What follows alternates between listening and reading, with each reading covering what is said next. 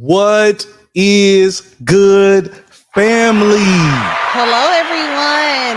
Welcome in. Welcome in. It is that time again, that time of the week. Thursdays belong to the Iwegbus. For real. Do you hear me? You feel Thursday me? are going to be known for pillow talking with the Iwegbus. Yes. Period. This is one of my favorite days outside of Mondays with my ladies of light. But this is definitely one of my favorite days of the week because I get to we're actually pillow talking. We actually really pillow talk. We got the pillows. Yeah, we're actually doing it right here. But we want to welcome everyone in. First and foremost, my name is Takesha. And my name is Namdi. And you are Pillow Talking with the Iwegbus. Welcome in, everyone. Episode 31. So speaking of episode 31, we definitely told y'all last week. We told y'all the wrong episode. Was episode 29. Y'all, we have been doing so much that we forgot it was actually episode 30. Yeah. So if y'all saw that, just ignore it. It was episode 30, which is so crazy because I came back, turned 30, came back on episode 30,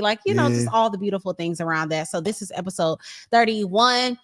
Baby, you want to tell them just who we are, what we do, what's the mission, what's the purpose of Pillow Talking with the Iwegbus? Yeah, so here with Pillow Talking with the Iwegbus, we help people receive God's best in relationships. So singles, couples, listen, we want you to receive God's best in relationships. We got some experiences that we will share, some insights that we will share, some wisdoms that we will share to help you receive God's best. So I hope you are locked in for that here tonight. Hey, listen, tell somebody right now. Matter of fact, first off, if y'all could do me a huge favor, get the likes up. Yes. Likes up, please. Yes. Let's send this up the algorithm. Yeah, everybody like the video, comment, tell your friends to pull up. We are going to get into a good conversation tonight. First and foremost, babe, I love doing this with you. Oh, same here. God has been just, for me personally, continuously confirmed. Ooh, good. Yeah. Continuously confirming the season that we have been in, that we're in right now. And man, I was telling Namdi earlier today, I'm like, I don't think I've ever experienced such a confirmation of being at the right place at the right time, doing the right thing ever in life like I am right now. Yeah. And so, that's that, just to share a win. Okay. That is my win. Like just knowing, man, when you're secure and knowing that no, I'm doing what I'm supposed to do. Yeah. I'm with the person I'm supposed to be with. I'm going to the church. I'm like everybody around. It just everything is in alignment, and it feels so just powerful and motivating and encouraging. It makes you feel, because it's just there's so many times where you just like, God, is it? Sometimes you can second guess. You just second guess so many different things. And to be so, I've just never felt this secure and this confident, y'all. We talked about last week how the things surrounding my birthday made us question if we were even supposed to do this. And so not too long ago, we were literally questioning if we were going to do this. And man, the testimonies, the encouragement that we get from y'all, the inboxes, shout out to y'all, straight up. Yes, like we're in can we say we're in the program we're in? Did we talk about that? That's or fine. No? I don't got no problem. Listen, we pillow talking. We're very transparent here. We share the good, bad, the ugly. And this is not something bad, actually. We not at all. Letting y'all know about a program that we're in. Yeah, we're in this program, and I mean, it's only our second week with these people, and they're just like, "Wow, y'all are so dope!" Like, just the testimonies. I won't go into the details. The testimonies that have been lining up have been like, oh my gosh, we are meant to do this. Like we are created to do this. Yeah. So it was a lady sharing on there, and God bless her. Her name, I believe, was Olivia. Olivia, if you see this. I was trying to be discreet. No, no, it's fine. Yeah.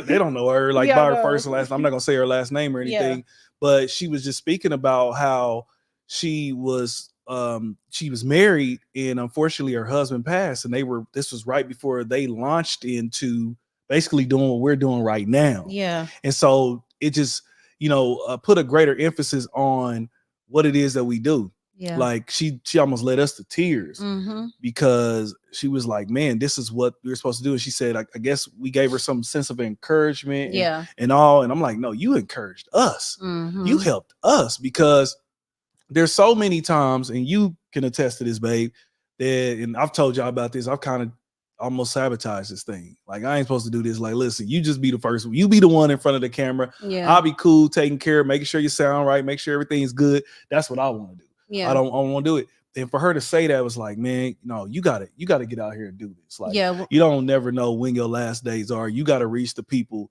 that God has called you to reach. And so that's what I'm doing here. And I'm love to do it.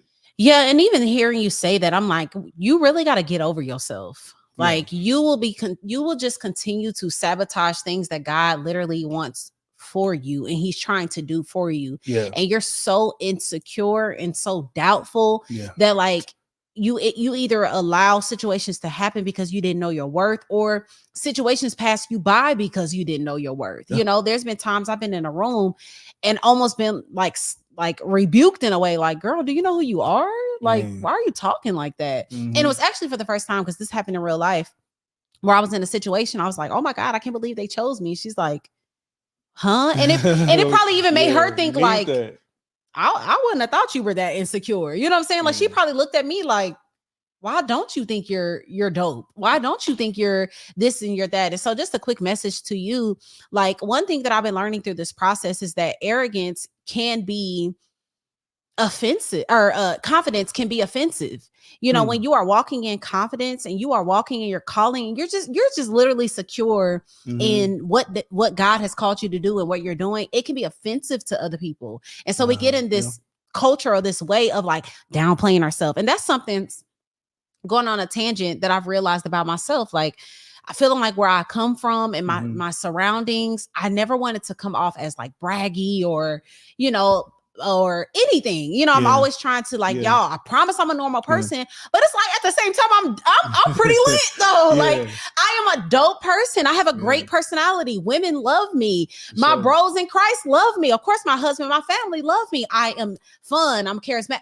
And it's like, that's not arrogant. It's you knowing you know, it's you. And I think we talked about this a little bit last time, but like walking in that and just like, it makes me feel like, I hate that I was ever that way, even for the season that I was, just like on some, wow, me. It's like, yeah, you're a daughter of God. Yeah. And that's what can happen when we're emotionally unhealthy. You'll probably hear us speak about that big time, because that's what something that God emphasized to us in 2023 was like, you guys got to get emotionally healthy, because when you're emotionally unhealthy, you can't really see yourself. You can't really see yourself the right way. You can't walk in confidence. You have an imposter syndrome and things of that sort. And so that's what even made us get into the program that we're in now. It was like, nah, man, we got to get right. Because if we don't get right and we don't see ourselves right, we can't reach who it is that God's called us to reach at all. Literally not doing your purpose and assignment here on earth. Yeah. That's just literally what it is. Yeah. When you decide to be insecure, you decide to self-sabotage, you decide to just be insecure and doubtful, you're literally saying, God, I put my insecurity on the throne, not you. I put my doubt on the throne, not you. I put my, what are they going to say if I start believing in myself on the throne, not you. And you're literally, and the crazy thing is, there was this young lady in my group of women, ladies of light, that was talking about something that was like very difficult for her. And then she got the answer that it was actually God answering something that she'd been praying for. And so a lot of times we're praying for certain things and we want that thing to come easily. So when we see a challenge, we back off, we start to doubt like God. And it's like, okay, wait a minute, hold on. You prayed to be wealthy. Now that doesn't mean that I'm just going to fill up your bank account. That doesn't mean that you're going to wake up tomorrow, because that's what I was taught. I don't know if y'all are from the church days and the church time where it's like, you're going to wake up in the morning and it's going, I mean, people literally stood up in church and said, I got a $10,000 check from nowhere. And it's like, no, you applied for a loan. That's what you did. I give it a full story. I'm like, you applied for a loan. But the thing is, God will answer and this is something that Dr. Darius said, God will answer your prayer, especially when it comes to finances and wealth, with creativity. So he's saying, you're asking God, make me wealthy, get me out of debt. He gives you a book. He gives you a YouTube idea. He gives you a whatever. And it's like, it's up to you to work that thing and make it the promise that God gave you. Listen, that right there was for someone. Like, that's why you right now have that idea that you have not moved on. That's why it's in you. It's because you prayed about the money. And it's like, well, cool, I'm gonna give you this idea. Right. And guess what? You're gonna have to get that book up out of you. You're gonna get that business up out of you. Hey, listen, you might have to make some adjustments with friends and other relationships that you're, that's gonna make those things come forth. And we definitely gonna get into that. And so, man, just getting really clear in seeing yourself in a better light. Yeah. So you can be confident and walk in the calling that God is giving you. Absolutely. So another thing, babe, we want to touch on, I wanted to bring this up, you know what I'm saying, is obviously me and you are from KC, from Correct. Kansas City. KC, stand up, okay? And the Kansas City Chiefs are Super Bowl champs once again. Hey, anybody from KC, you better make some noise in the chat right now.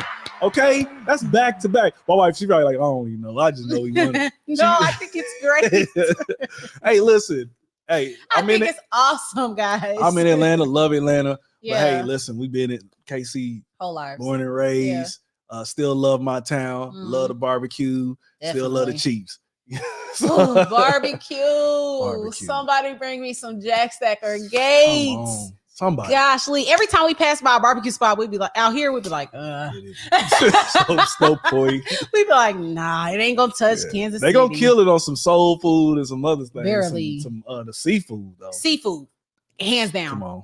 Beast mode. You know what I'm saying? But seafood for sure. But hey, listen, shout out to Patrick Mahomes and Travis Kelce and all them boys who's out there, who won the Super Bowl, man. Just watching them and watching their resilience and how they never gave up. Yeah. Like they always believed when it didn't look like they were going to win, man. It's like I sit here every time, especially watching Patrick Mahomes. I'm like, man, he inspires me. I'm like, dude, and his work ethic and everything. Like it's beast mode. It's like him and LeBron. They don't play about it. So shout out to our town. Also, in other news, we praying for our town. Oh my gosh. Oh, sorry. I was about to jump to good news. Oh, okay. No, I'm sorry. We'll go ahead. This is gonna be a quick little low point. I just thought of something. Heard about at the parade where the shooting happened, and unfortunately, what happened there. I won't go into too much detail because YouTube has a way of like basically demonetizing your video when you talk about those. But I'm definitely praying for the town. I pray that, man, we can actually kick it and have fun and celebrate something without all the extra stuff. Yeah. So I'm praying for those families, for everyone who's dealing with the effects of what happened there. Yes. Yep. Go ahead, baby. Same here. It's one of the many reasons why we left. Is just because of the freaking chaos of our town. Like you just cannot have fun. It's too small of a town to be for the amount that we have of those frictions that go on. Yeah. It's too small of a town for that. And everywhere you got it. They even got it here in Atlanta, but it's so big and spread out that it's not as much. And most of the time, these cats are more about, breaking in your car, crazy stuff like that. Yeah, taking your car. But and good news though. Come on. Y'all, yesterday on Valentine's Day, we became certified, not only certified ministers, but wedding officiants. Yes. Listen. Okay, I'm gonna tell y'all the real story of what happened. So literally, I was outside in a meeting, and I don't know why it ran through my it's just the Lord, but it ran through my memory of a couple asking us to marry them. Yeah. And I was just thinking about how many couples we work with, we talk with, we counsel and coach. And I'm like, every time they get married, we pass them on to, ministers that we trust. Yeah, ones that we trust and, people that are older. And I don't think it might have crossed my mind maybe once to marry people, but there's just like, it's like, again, a perverted view of self was like, that's bigger than me. Yeah. And so we've always just pushed them off. And I was like, no, we should do this. Like we should become wedding officiants. And so I just decided to Google it. Like, what does it take in the state of Georgia? And I'm talking about, it took me at least 10 minutes to get our, certificates and everything. Because anybody can actually become one, like anyone can. But it was a big step for us because obviously we are in marriage ministry. It's what we do. Yeah. It's our ministry. And of course, people are going to want us to marry them. Like, for sure. We're not going to talk this heavy and people not want us to bless their marriage. Now, if you want us to marry y'all, we do got to counsel. to y'all. We're gonna go through some hey, listen, I'm like, I heard we are not just about to marry people because people start saying, oh, I'm gonna fly y'all out. And it's like, no, ma'am, because we are not putting our touch, our word on y'all marriage, and we find out, years later he touched kids or something. Yeah. I listen, I'm like Tim Ross with it. We don't come to we with your date already set. No. He said, I'm trying to break y'all up. No, for real. I'm trying to really dig, like, really, man, because you don't understand. People get these marriages and within a year or two, they want out. Who are you? And I don't like you. They don't even know who it is that they married, man. So yeah. Just wanted to say that, y'all. So we can officially legally do this. Yes. And I just thought that was so dope. Did it on Valentine's Day, the love day, be able to do this. So I can't wait for our first wedding. I can't wait. I think we actually have one coming up. I meant to tell you that someone hit us up. Okay. Like, for real. Yeah. Hey, listen, I am so glad there's more people here watching us right now. Y'all. You are tapped in, Pillow Talking. Thank you to everyone live right now. And again, my name is Namdi. And my name is TK. And you are Pillow Talking. Are we doing that? Yeah, we just talking. Oh, okay. So, hey, listen, please do me a favor, hit that like button. Yes, and can I also say this? Because I'm gonna put a shameless plug. First of all, shameless plug. Y'all can super chat us. Yeah. Just letting y'all know. Hey, listen, ain't no just shame. letting y'all know, like, literally, y'all, I want to say this.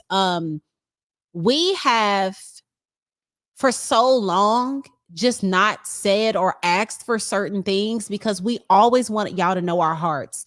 And those of y'all that have been following us for years, following us on, we do everything for free. We do everything for free because we do. First of all, it's in us, so it just flows out of us, going live, making these videos. But if something blesses you, I want to let y'all know, first of all, you're sowing into good ground. Whether you send $5, $10, $25, whatever, you're sowing into good ground. And where you sow, you will reap.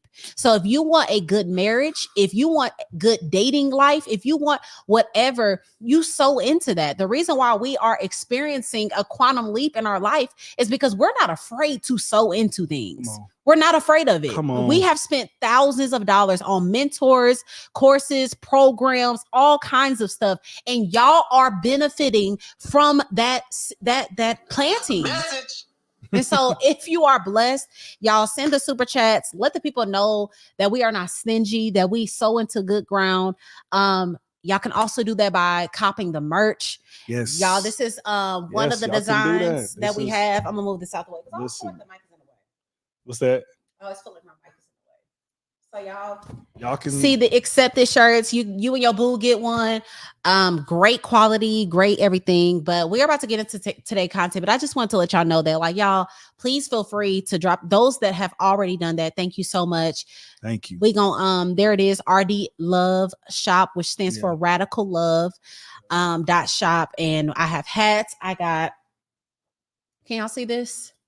No, you can't. But this says Holy Girl Forever. I carry this to the gym. I drink out of it all day. If y'all like me, I like cute cups. It motivates me to drink my water.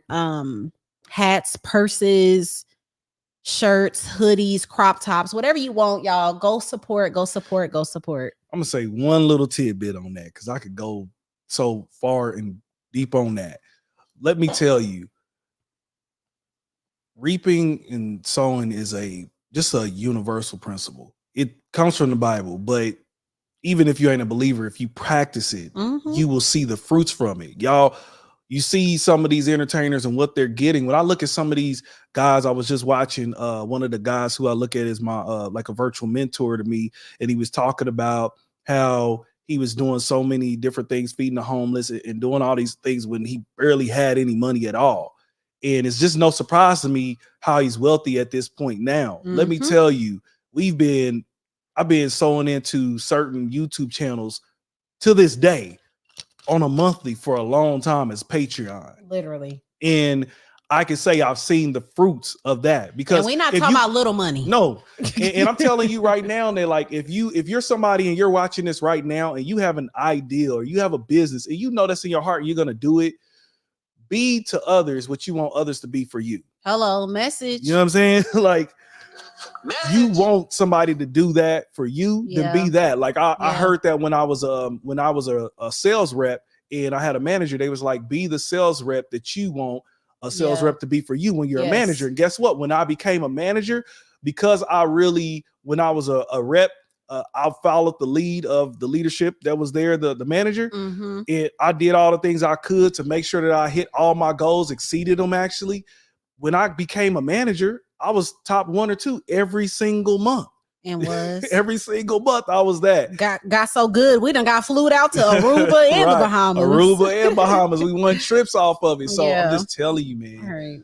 So where you trying to go? Straight up. Amen. Straight up. Thank y'all. I'm gonna look at these comments real quick, babe, before we really tap into this, it. Shout out to Kane. Of course it's Kane. Super chat. Of course it's Kane. We love you so much. Even though she don't owe us nothing. Literally. She's been a blessing. Kane, everything we do, you getting it for free. Come on. That's just what that is. Trust and believe. We mean that too. Yes, we real. Mean that. Look like you got your mom's here. Mama! Yeah, I don't know if she's still here, but she's in here. Stinker. Yeah, she's in. Hi, Mom. If you're still in here, shout out to TK. Shout out to the woman who made her. Listen, where Mama? I'm gonna ask her if she's still in here. For how you was with her, even though she didn't appreciate it then. Hey, listen, now she sees the fruits of it. Now she understands it. Oh my gosh. I am grateful for it. Literally, I called her when we got certified, as I was seeing if she was still in here. But when we got certified yesterday, or was it yesterday Valentine's Day? I think it was yesterday, yeah. Yeah. Yeah. I called her and I was like, I want to tell you something, but before I tell you, I'm like, oh my gosh, the older I get, the more grateful I am for my mom. Like when I was a teenager, oh gosh, she got on my nerves. But that's also because I was trying to smoke and just be out here and she was on my head. Y'all know people that be sneaking in and sneaking out. I didn't have that. My mama, lights on, what's going on? I'm like, gosh, Need that. I was 20 years old and had a curfew. Like, you're going to be home at 12 o'clock. Yeah. I don't care how grown you are. And I'm so appreciative. But when I got certified, it just reminded, like, everything I'm doing, preaching, speaking, like this is seeds that my mom has sown into me. Worship leading, just all the things. And so thank you, Mama, for sowing into me. You are looking at what you sown, you know. Really. And kept you in the church, all it like kept me in church. Yeah.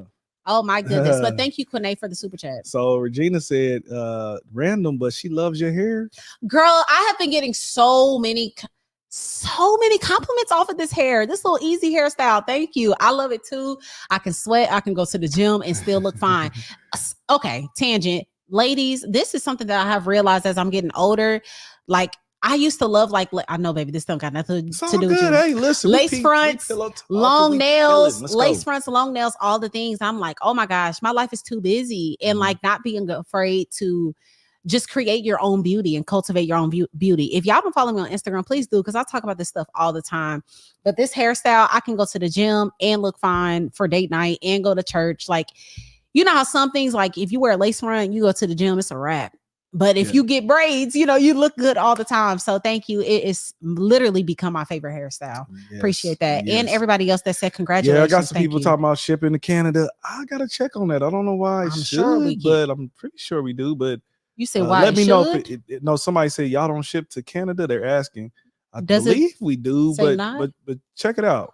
Let me know. Pretty sure we do. And then Sierra said, I was the same with my mom. I appreciate her so much more now. Yeah, definitely. As life goes on, you appreciate everything that your parents did. Yes. Way more. So let's get into today's show, y'all. Let's get in today's show. We are going to pull up the first clip. Oh, we're not doing bumpers or nothing? Yes, we are. Got it. So I'm about to pull up this first. Let me make sure I got it.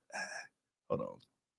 And before I pull it to the screen, this is a new system, y'all. So bear me on a little bit of something here. Yeah, do y'all remember I used to do all this stuff? Man, and now she got me doing it. Ooh, I love chilling. It's not. So I'm going to share this in a moment, but hopefully they can't hear it yet. Okay, brought it to the stage yet. Oh, it's fine. Oh, I did not try to bring it to the stage. Remove it.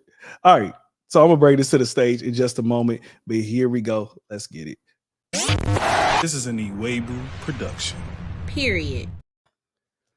So recently, while doing a little bit of scrolling on the gram, ran into a clip about marriage from Tim Ross. The Tim Ross. Now, y'all know whatever Tim Ross says something is raw, it's uncut, and it is so real. I want y'all to check this out. We're gonna have a little bit of discussion about this, and hopefully this thing is not at the very end of it. So let me go out and go. Okay, here we go.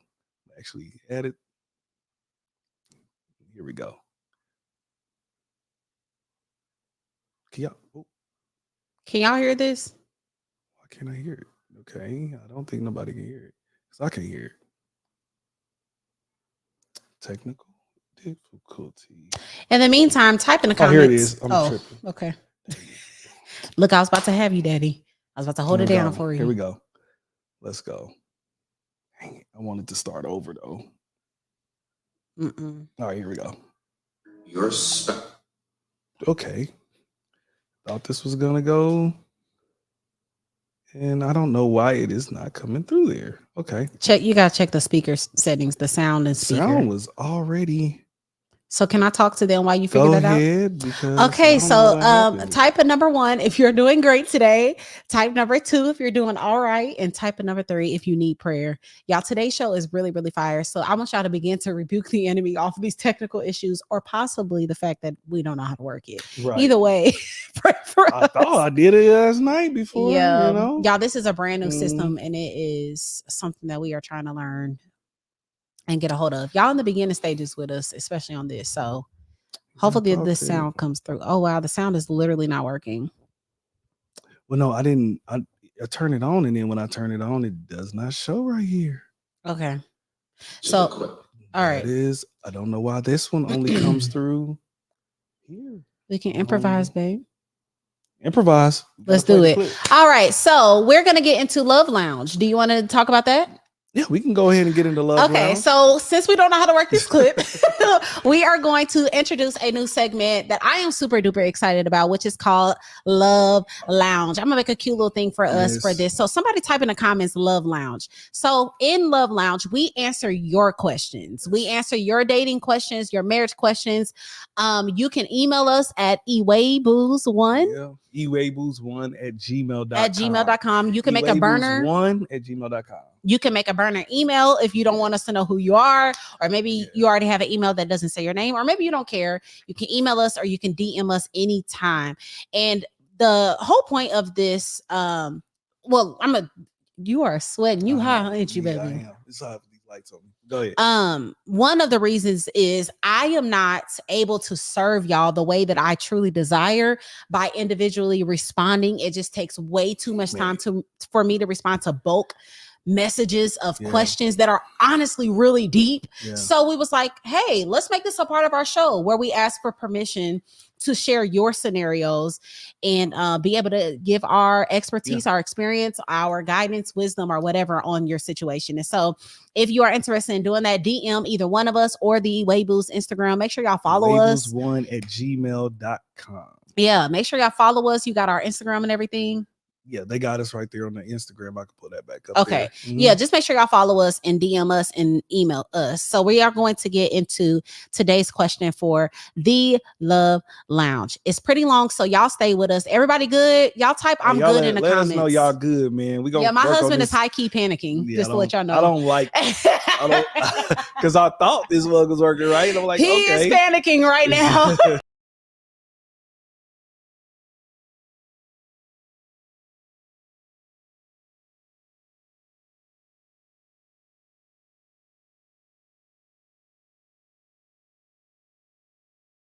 Black.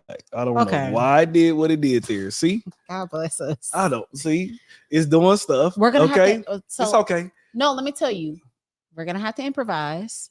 And we're gonna have a transparent raw moment right now. Are you ready for that? Yep, I'm ready. Are you sure? Yep. This is difficult for Namdi, guys. This is difficult for him. I don't do mess ups. No, it's difficult for you to have to shift. Yeah. When you've had a plan. For sure. And the beauty of your situation is that you are married to someone who is good at that. Something that my husband shared with me last night was talking. There was something that I'm not good at. Mm. And I always would, you know what I'm talking about? And I would like be annoyed. I'm like, babe, give me all the information before I have to do this because I don't like doing it. And you're like, I know how to do that. I'll just do it for you.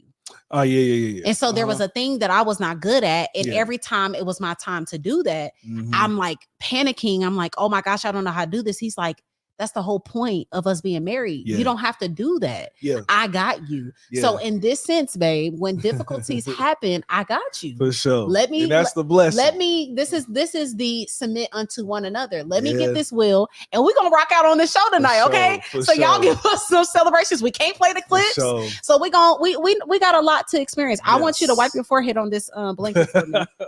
And y'all pray for him. Y'all see this? Y'all pray for him. Okay. All right, this is growing for us though. No, really. And this is a lesson also to just get out and do it. Yeah. Do it. Whatever it is, do it. Because you're gonna mess up. You might feel crazy. But it doesn't matter. That's the fear of the enemy that will try to put in you like, oh, it wasn't perfect. You. That sucked. Oh, well, okay. Maybe God don't want us to talk about Tim Ross tonight. Maybe it's a question from one of them that they need some guidance from. You know what I mean? Like, we don't know. So we're going to go with the flow and we straight. This is what we do. Let's do it. All right. Me and my husband, y'all, this is long. So I need y'all to type in the comments. We going to be here, TK. Yeah. Just tell me y'all going to be here because it's a lot of reading. To the sis that sent this to me, I hope you are here. This is a lot. Yes, I hope she is too. Or she end up watching this on a replay. Straight up. Are they saying we got you or we here? Yeah, they telling me take a deep breath. I thank y'all for real. Cause hey, listen, low key imperfection is unfortunately something I need to work on. Yeah. So here we go. Me and my husband, how should I hold this one? Go ahead. Okay, there we go. Me and my husband, you gotta just sit back. Yeah, I got it. Go ahead. Me and my husband have been dealing with, because you got to answer this too. I'm listening. Me and my husband, I'm sorry, y'all, have been dealing with chaos and drama for the past 6 years from his baby mama.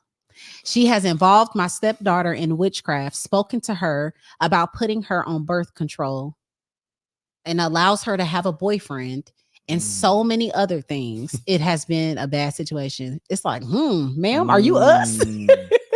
Well, just read now. I'm like, hold on, babe. Did you write this to us or something? Did I accidentally write this to her and she wrote it back to me? Because this is our whole life, really, right here. For sure.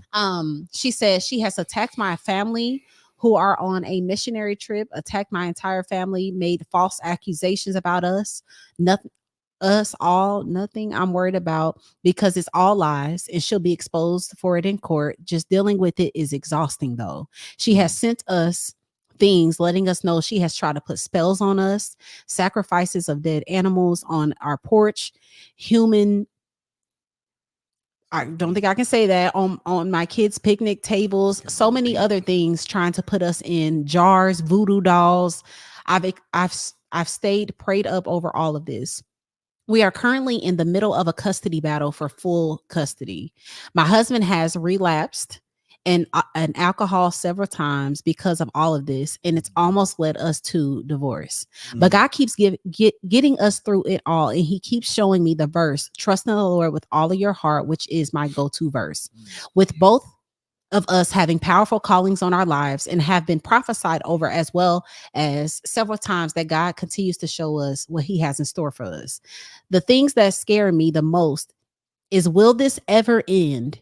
And is it worth staying, knowing God put this man back in my life after he rescued me from being held hostage, the R word, and torture, can I say the word, for 4 months in 2012, which at the same time, he also used to be an atheist. Okay, I'm sorry, y'all. So it keeps going, run on. God sent him to save me. I do know that.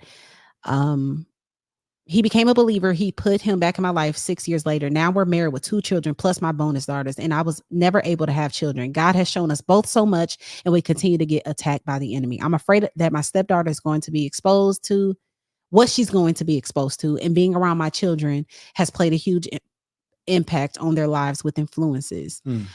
I'm sorry, just it's no periods. It just keeps going. my children are 2 and 4, and I'm scared of what may happen. I don't want to continue to deal with the drama, and I don't want my kids to get hurt. I just don't know what to do. Okay.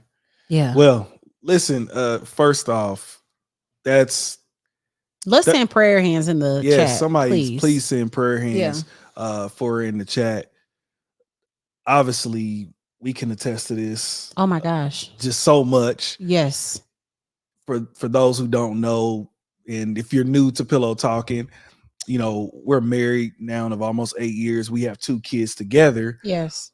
But I did get, you know, I had 2 children before I was married, before I was really, you know, deep in the saved with Christ and all that. I had 2 kids out of wedlock, and one of my daughters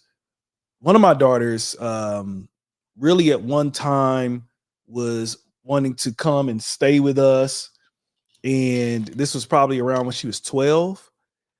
And basically, she didn't end up staying with us. She ended up going back with her mother, where her mother was staying at. And my daughter was really kind of on these lines of Christianity, or the other guy was into a 5%er, I guess religion. And that's who her mom was with, was into this religion. And so it was a very difficult time for us. Yeah. She went back, and she was in between on really staying with us and really wanted to stay with us, but we knew we would have to go through the court systems and all these different things. Well, guess what? I can tell you right now, my daughter is now about to be 18. She's about to be 18. It's crazy. And things turned for what you're basically talking about. I can't minus the sacrificing, no or spells, or we don't know of any voodoo things that's been, put on us or anything. We don't know of these things, but her mother did introduce her into witchcraft, and just being the whole stones is good. This brings you peace. And so when we finally got back in her life, because it was a run, they basically ran off with her. We didn't get to see her for quite a while. She was now no longer believer. Jesus out of here. She don't believe none of that, and she's not trying to even hear it. And now she's deeper, not even 5% or just, I don't even know what it was. It was just, what can we call it? It was called just witchcraft. Well, it's new age. Yeah, new age or whatever. That's really what she was on. Mm-hmm. What I can tell you, at least from my experience, it's gonna sound really cliche. You have to, first off, number one, y'all gonna have to go through the court system. He's going to have to go through that system. Not the funnest process, and it is very stressful. I can tell you now, if your husband is not really locked in with the Lord, babe. Huh? He's an alcoholic. Oh, he's not? No, okay, so he's not. He loves the Lord, but he's an alcoholic. So yeah, so that right there is, the alcohol is not going to help him out. I'm going to tell you, he's going to have to put his full trust in the Lord. I'm going to tell you, it was almost 2 years we didn't see my daughter during that period of time. And I could tell you, my wife would tell you, middle of the night, sometimes I'm on my face in the front room crying, praying out to the Lord, begging. She's sometimes waking up in the middle of the night praying. These are things that we might think is cliche, but really God is working things out in the background. Yeah. And I will tell you that, yes, we got our time back with her, and we really couldn't shake her of what was going on with her. By this time, kind of what you said, her mother introduced her to being with boys and all this stuff. Same thing. Now the thing is that when they can't really, they know that a lot of times the child wants to be with you. They love you. They want to be in your household more. Now they're going to give them the things that really they should wait for. The candy. They're gonna be like, oh, we give it all to you. You can be on social media. You can see boys if you want to. Now they become their little friend. Mm-hmm. And if you just think about it, if you take your kids to the candy store and say, pick anything you want, they're gonna have a great time. Yeah. And then you be like, now, do you want to go back over there with your daddy? He don't give you no candy. He only let you have candy. Say, you gotta wait for that. I'm like, what you think they're gonna say? I'm like, no. I don't want to go back over there. Yeah. And so that's basically, in a sense, what happened with our situation is my daughter was, she was cool with visiting or whatever. But when it came to actually living with us, we're not actually I got full custody of her, actually. Yeah. She did not want to do that, rebelled against it. It's a whole nother story within that, but I won't go too deep into that. But I will just tell you that, listen, one of the things that somebody told me is this: don't trip too hard on it. Is, pray and do as much as you can now. But remember, God willing, they'll be an adult longer than they was a kid. So it's still time left on the clock. If he does not, if you guys can't get this thing straight right now, there's still time left on the clock to build that relationship. And it's kind of like what we were talking about earlier. If you were here on live, where my wife, there were some things that her mom did when she was younger, that she just didn't understand. She was rebelling against it. I mean, she did a lot of things that was just way left from what her mom was setting in stone with her. I believe, just like the word says, you plant the seed of, to a child, raise them up to the way that they should go. Yeah, and they won't stray. Yeah, and they will not stray. Listen, they may go a different way at this time. Right. She'll be back. But those seeds have been planted. Yeah. They will start to grow. And I got a praise report the other day. Yeah. Okay, praise report the other day that my daughter went to church. Now, I haven't been talking to her. And she said that her belief that she was believing with the new age was not giving her peace. Come on. Give her cheers for that. Yes. Because let me tell y'all something about that really quick. Not to cut you off. No, you're good, baby. The pastor that we used to be under, he said, y'all need to stop praying cute prayers for people that don't believe in Christ. The prayer needs to come to, and our friend told us this too, let them come to the end of their false peace, whatever it takes. And a lot of us are afraid to pray these type of prayers for people that we love. Yeah. Because that might mean a pregnancy. That might mean, you don't know. You know what I'm saying? Like it might mean deep brokenness or sadness, or a dude knock you upside your head, or like you know, if you are hard-headed, I remember when I was trying to stop smoking and I was praying like, God, help me. And I ended up pregnant. You know what I'm saying? It's like, oh, okay, well, that's how I'm gonna get help. Like, I'm pregnant. Of course and God knew I wouldn't be the type of woman that would smoke during my pregnancy. And that was that. And so praying those type of prayers, like, let them come to the end. And so I'm sorry, do you want to continue on with your anything? Go ahead, baby. So for this woman, you were saying you don't know what to do. I would pray, first and foremost, I want to let you know that when people don't believe in Christ, and especially when they're in a false doctrine, false beliefs, there is no logically speaking to them, right? You can't reason with these type of people. So first and foremost, I want to let you know, you need to, if you have been, or I don't know, maybe not, just do not fight in a carnal way with like trying to talk to the mom, trying to talk to the child, like you do what you can do, but what you need to invest most of your time in is in intercession. Come on. Because I think a lot of us think that we can reason with a demon. And that's something that I've had to tell my husband, like, you can't reason with demons. And it's not calling a person a demon, but if his child's mother is in false doctrine, she doesn't believe in the Lord, she's in your case, full-blown witch, you're talking about a demon, and maybe multiple. So even trying to figure something out, hey, let's do this, even in court, I don't want to give y'all false hope. Both of y'all coming together collectively and interceding on the behalf of your family. I don't know what your prayer life looks like, but that's something you're going to have to lock in on. I'm talking about get the language of prayer. I'm looking over there because I want to grab this book that I want to suggest to you really quick. I'm about to see if I can find it. Yeah, definitely. You want to lock in with prayer. Whatever you can read, listen, get some prayer warriors behind you, because we had to have an army. I'm gonna just message you because I'm not gonna be able to find it. But I'm sorry, babe. No. You good? It's a book. It's a book that teaches you the language to call on in the names of God. I thought that was the name of the book, but I guess not. But just, you need to learn intercession. You need to know what that looks like. You need to sit in that thing, because even when it came to our situation, first and foremost, our daughter was in witchcraft. So she was coming in our home. Yeah, So she was, hey, listen, she came in that house. She like, Namdi, listen. ooh, She was trying to watch Harry Potter or something. She like, nope, I don't even want that. Like she got the girls in there watching. No, we not watching no Harry Potter. No, because and Namdi's like, oh, nothing's wrong with it. I said nothing's wrong with it until you believe that it has power. And so even with her coming in our house with crystals, that was something that we argued on for a while. I was like, no, she's not bringing crystals in my home.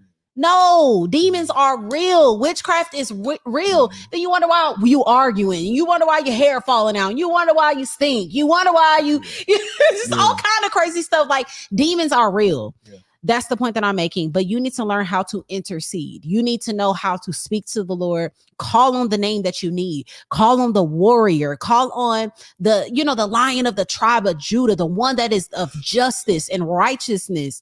And know that you cannot fight this in a carnal way. And so to speak to your last point that you said, is something that stood out to me, because I do want to give you hope really quick. And is she like trying to see if she should stay? Maybe, yeah. Yeah, and you might want to speak a little bit, because I know, she was going through that like, I didn't sign up for this. Baby, I wanted to get out of there. Do you hear me? We were... That was just a horrible time for us. Yeah. It was so bad. Like, I couldn't have packed my bags enough for how many times I wanted to leave because of baby mamas and just the chaos that they brought to our lives by letting the devil use them. For sure.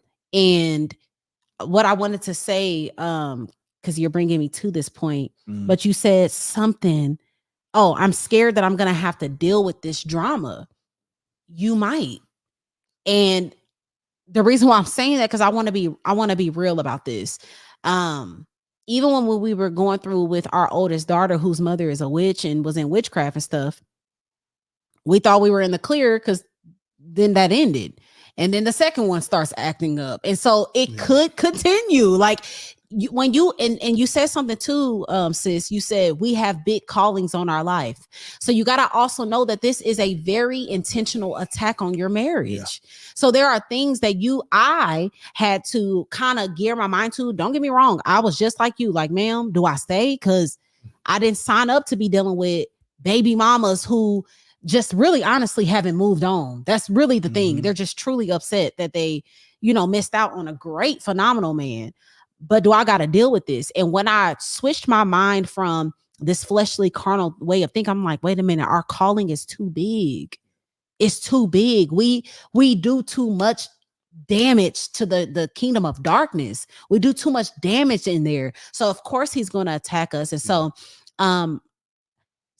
the last thing I'm going to say, so first and foremost, for you, intercede. Do not fight. This is not a flesh and blood fight. You got to elevate and mature mentally. Secondly, for your husband, continue, is going to say the same thing. Intercede for him. If he's dealing with abuse, we just deal with it differently. Because I was drinking a bunch of wine during that time. I'm tossing up a bottle a week at least of wine, just because of how stressed out I was, and CBD, and just numbing the pain, because it was a lot. And so I don't think he's worse than you because he's an alcoholic. He just that's his vice. And your vice might be being absent in the home or something like that. You need to get away from that vice. For sure. Get away from it. I can't tell her to. Yeah, you gonna tell her though. Yeah, if speaking to that brother, it's not gonna help. Like, it'll numb you for a second, but you're still gonna have to deal with the realities. And so I believe that a lot of people I can't say maybe can ease things a little bit more in their mental when they accept that, okay, this is a part of the price that you pay for some of the things that you do in sin. Yeah. Just so when I'm going through some of these things, I'm like, well, I mean, what was he supposed to, was I supposed to get rewarded for leading these women on and having babies with them and doing all this stuff that I did? Like, was I supposed to get a reward for that? Like, no, God wouldn't be just. Like, No, I'm not supposed to get a reward for that. These are some of the consequences that I now have to deal with. So now when I'm far from them, they're still in my life. I still got to deal with the consequences. These are decisions that we make so quick. Oh, this is so we make good. so quick, but we have to deal with them for a lifetime. Literally. And these are the things that we don't think of. And I'm not here to beat you down, but I have to think right away, like, okay, listen, this is what you did. So now you got to deal with it. Yeah. And so you just got to pray for God's grace. This is so good, babe. I got to park here for a second because I literally did a live before this interview. And the guy that was interviewing me, he said, you know, what do you have to say to people? Marriage is so hard. And I said, well, I don't think it was meant to be hard. No. I think that God intended for us to be virgins, for us to marry one time and to grow in life with our partner. Yeah. And so when we say that marriage is hard, what we're also saying is marriage doesn't work. And we're also judging the covenant of God. That's why people are now polygamous, or what's it called? Polygamous. Yeah. That's why people are in polygamy. People are in open relationships, and people don't get married and they just shack up for 30 years and never put a ring on it. And these are the reasons why, because they say, well, I looked at that and marriage looked hard. But let's be real for a moment. Marriage was hard because you didn't do it God's way. Yeah. Now, it might be difficult because it's two imperfect humans coming together anyways. But when you step outside of the realm of God, you eat the fruits of that.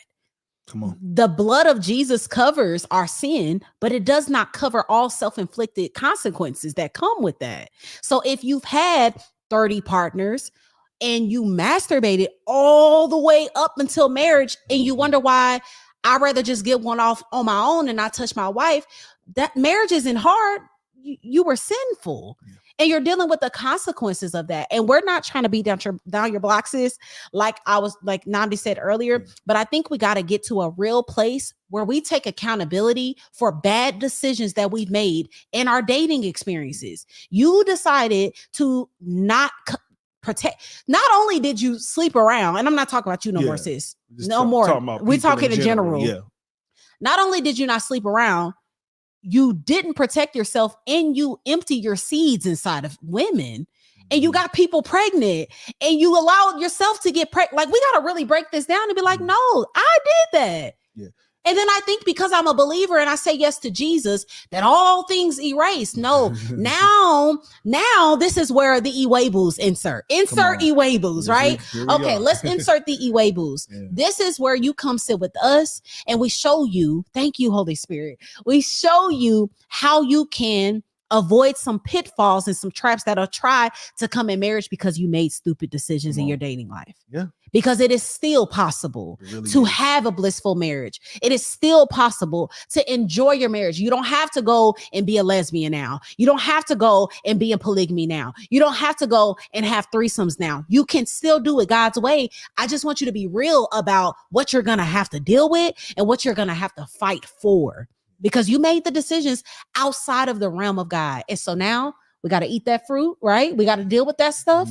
And we fight our way to get back to where God wants us to get back to. Yeah. And the sooner that we do that, I believe that the sooner really God can start to just really work in it. Like when we take responsibility for what we've done and we come with a repentant heart to the Lord. That's what they don't do though. Yeah. They don't hold themselves accountable. It's like, he's trash, I'm out of here. Yeah. Like, it's bad, I'm gone. Yeah. Most people don't hold themselves accountable. And that's the part right there. Is just like, really the only reason why people even see where we're at, even though we maybe didn't do things by the book, man, it's only by his grace. But I could tell you what we had some repentant hearts. Yeah. I mean, I'm talking about, I'm not saying that we better than anybody, but I could tell you when we fell, when we, had sex outside of marriage, and we were gone for a year. Man, we was gone. We wasn't on social media. We were out of there. See people, I mean, all love to everyone, but I see some people, they get pregnant outside of marriage and all that, and they be posting their baby showers. Good, like I be like, ma'am, great. They be slide, and they be Christians. I be like, ma'am, you got pregnant by your side, like you got pregnant by your side, nigga. Hey, and just be And you posting the baby shower. They be straight. As a believer. Yeah. No type of, I mean, you don't got to beat yourself down. No, I it's did not it too about long, that. but you do a want to go. repentant heart moves differently. Yeah, you do. I know you're trying to make them feel good, but making them feel good is not going to set them free. Come on, set them free. So let me set you free. You got to stop pretending. You got to stop putting icing on top of sin. That's what we really got to. We got to stop. I'm sorry. That was good. Go ahead. We got to stop putting icing on top of sin. No, that's real. Oh, it's still the baby is not no, the baby is still a blessing. We know that. But some of y'all don't have enough. And I say, y'all, I love y'all. Y'all know who I am, right?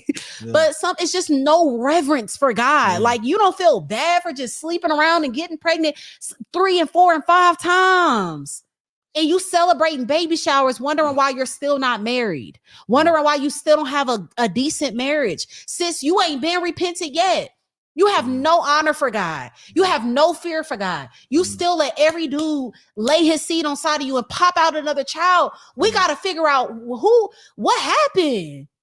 What happened with my view for the Lord? Yeah. What happened to me? Like, I remember when I was 16, because my story is definitely not perfect. So I hope y'all don't feel judged. Mm-hmm. But I remember when I was 16 and my grandma would ask me to dance. I would tell my mama, I'm like, Mama, I'm in sin.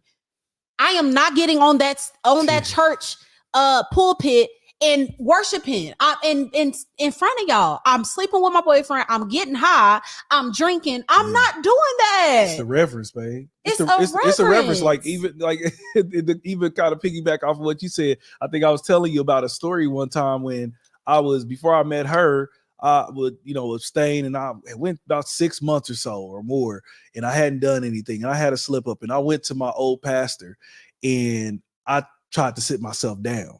I said, I can't get up there. Yeah. I can't worship on the worship team. He said, why?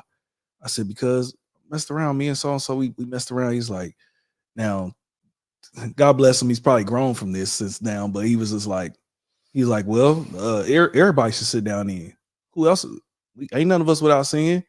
But I really knew that I just don't need to be up there, hands held high, all that. Like, at that time, I need to sit down, just kind of soak and get myself right, and need to think about some boundaries maybe that I need to place at that time. So I continued on after that, just based off of his advice. We're not saying just stay have there. that heart. We're not saying stay there. Yeah. We're saying pause. Pause, pause for a second and be like, okay, I'm pregnant again. All right, what's going on? Let me tap in with God. Yeah. Why do I keep going down this same path? I mean, it's something that happened recently to me where I'm like, I stopped. Yeah. I paused. I'm like, hold on, what's up? Like, you gotta check in. You gotta figure out where's my heart at? Like, where am I at with the Lord that I keep doing this, or this happened? Like, I keep allowing dudes to just sleep with me. I keep allowing friends to do this to me. I keep smoking every time this, and that. Let's pause and like really do some reflection. But to get back to the point, I think that once we can hold ourselves accountable for the decisions that we make, we can actually begin to experience the freedom of what God intended for us to experience in life, right? In marriage, of course, in friendships and everything. But as long as you keep pointing the finger at something else, and the baby mama this, and even in my, in the beginning with us, it's like, man, his baby mamas, I want to be out of here. I want to leave. I'm tired of dealing with his baby mamas, these court systems. He going to court, he's depressed, he's sad. And it's like, so TK, did you know he had baby mamas before you got with him? Yeah. Okay. Did you know that they might not like you because they kind of still want him? Yeah. Have you seen this really work for real with this type of situation? Did you see that it might be difficult? Yeah. Okay. So when I go back to the beginning and I hold me, because I could have blamed you. Why'd you? And I did in the beginning. Mm-hmm. I definitely blamed you. Like, why'd you sleep? Why, baby? What was you thinking? Why'd you do that? It's like, they're 18 years old. That was a long time ago. But the truth is, I chose you. Yeah. The truth is, I saw your baggage, and I still let you do what you did with me and get me pregnant. Most people, they see the baggage, but they ignore it because they're in the euphoric stage. We talked about this before, euphoric stage of, having intimacy outside of marriage. The enemy will use that to blind you. Yeah. And then as soon as y'all get married, my job's done. See y'all later. Yeah. Let y'all sit there and now y'all bickering and fighting about some stuff that y'all really could have just found out when y'all could have been figuring out, hey, where are you at emotionally? Hey, you've been to therapy. How was your life with your mom, your daddy? All this. Instead, you was Netflix and chilling and some stuff happened. And so I'm not trying to beat you down on that, but again, it's accepting and saying, hey, I chose this. Yeah. Like I chose this. And so guess what, Lord, gotta fight. My covenant, like the vows that I spoke in front of all those people and you, Lord, this is bigger than us. Yeah. This is with me and you, because one day I'm gonna sit in front of you. Okay. And I'm gonna have to give account for this. So guess what? I did this. There's nothing in the word that says that I'm okay to go. Yeah. Okay. So guess what? This is who I chose, and I'm with them 10 toes down. I'm gonna love on them through it. We're gonna cry together. We're gonna be mad together. We're gonna fight through it all. And I'm gonna tell you right now, my wife showed that. Yeah. She had some disappointment, but she showed that. Yeah. And I'm so grateful for it to this day. Yeah. Okay. She still shows that because, unfortunately, a lot of times men, we make these little decisions when we in our early 20s, and then these women never have grown. We've grown and matured and got with a better woman and all this other stuff, that they are still there. They haven't dealt with that. And now we still have to deal with the consequences. It's hard for a woman to sit through that. And so, man, I'm so grateful for her to be a rider. So that woman who sent in the question, man, be that rider, die for him, love on him, pray for him, pray over him, pray over that house, all of it. Yeah. So that's that. And I also want to end it with this. For those of you that are dating, the first lady at our church said something that was so good in one of the meetings that we had. And she said, I think you should date someone for all 4 seasons.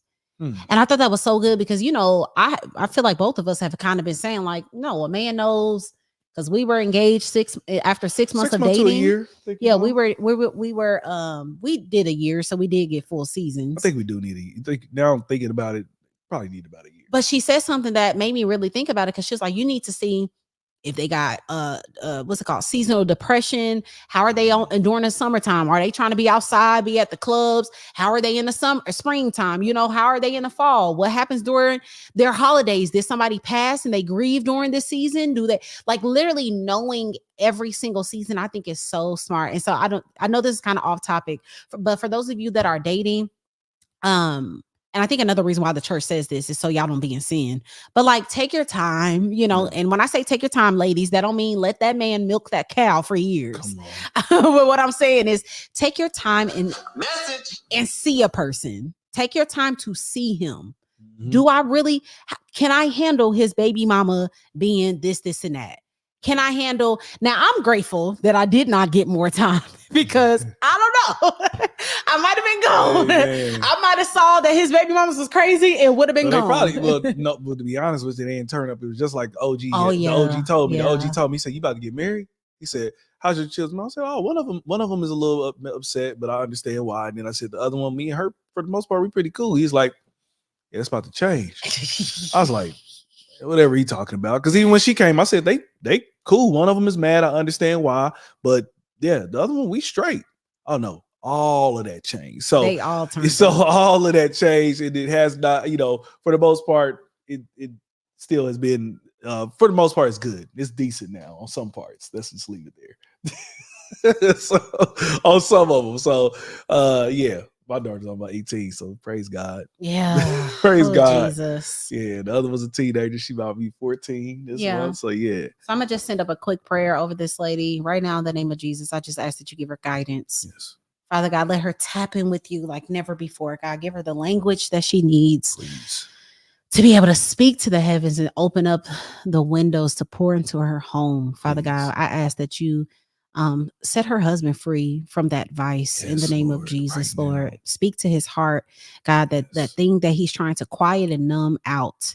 Speak to that thing, expose that thing. God, we pray freedom over them. And I rebuke every witch, demon, warlock, every spell, every curse right now in the mighty name of Jesus. Send it right back to the pit of hell where it belongs. And we claim you as victorious, sis.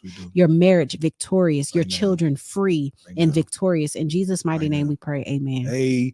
Amen. Amen. Listen, hey, I want to get into this chat in here in just a second. I am about to do something just 1 second here. Really crazy. This is an Iwegbus production. Period. All right. That's just a little bumper, so you know we're in the end over here. Oh, okay. Yeah. I need just like a 2-minute break. I mean, a 30-second break. Can you tell them something that you had a great win for this week, and just give a testimony for this week? Okay, so she needs like a 30-second break.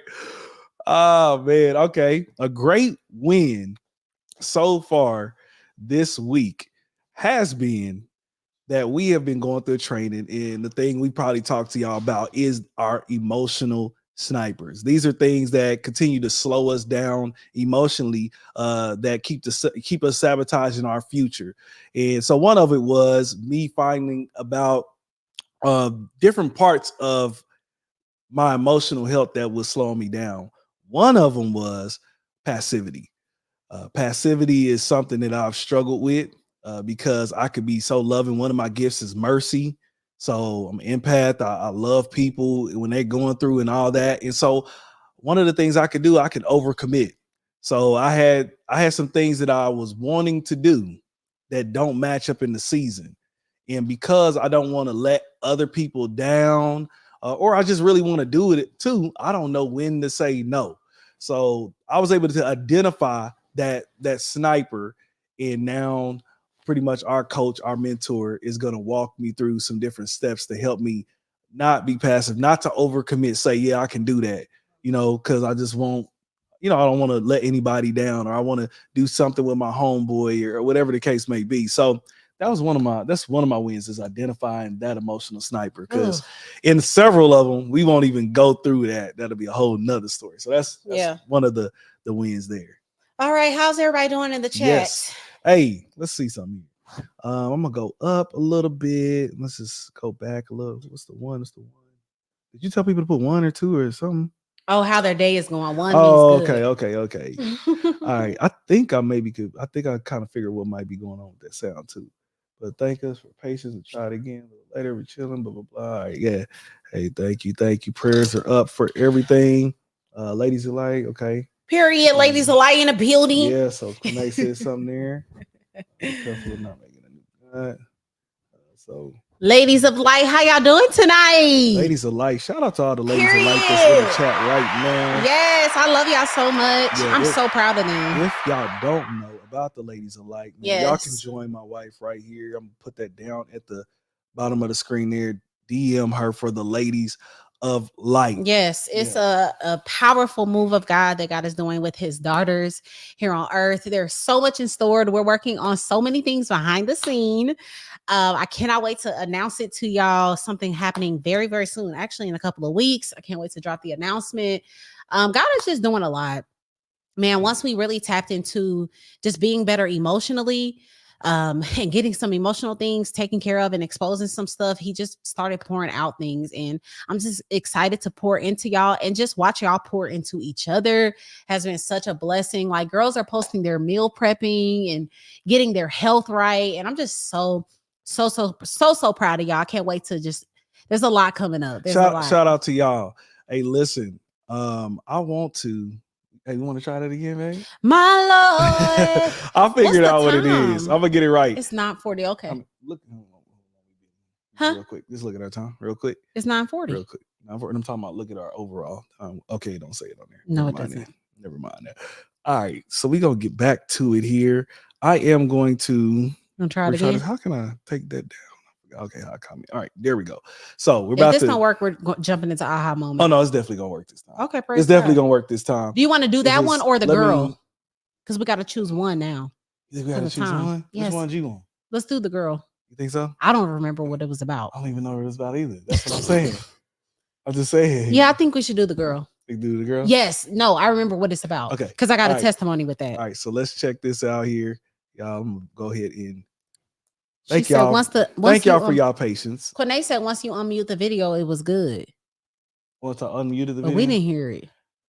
No, we didn't hear Okay, it. let's It was try it well. I again. know. Well, I know what I did. I already changed it up already. Okay, let's get it. So let's get it. It's time for the percolator, man. I was never broke, man. I didn't pay because she was basic. Only like my women, independent and don't chase it. That's right a Christian hip hop artist, Paris Cherez. So you know about this? No, we about to find out together. Introducing this next video. Do the bumper real quick here. So let's go, and then we gonna bring it in. So here we go. Let's go. Sorry for our bloopers. Let's go. This is an Iwegbus production. Period. So I was scrolling on social media in these social media streets because that's where I get my research from. And this is one of the pages that we get a lot of our content from, which is the Tonight's Conversations page. And this was a clip that I not only found interesting, but I have absolutely done and experienced. So I would love to let y'all watch it and we're going to chat about it. Let's check it out. Check it out right now. So here we go. All right. I'm going to go back here a little bit.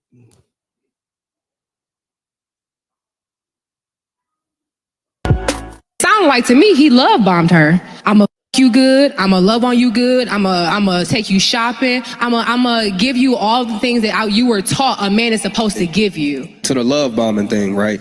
Because it is a thing. It's definitely a thing. But I wouldn't just say the love bombing. I would actually say the gestures.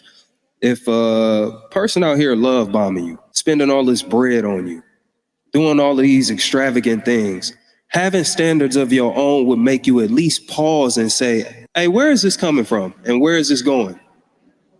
Out loud to that person. Like, why are you doing all of these things? I'm not saying this in a way that I don't appreciate them. I'm just saying you're doing a lot pretty early. And we ain't even really locked in like that. It sounds like so definitely wow. Just stop it and having some standards. So babe. Yeah, I definitely have experience in this because first and foremost,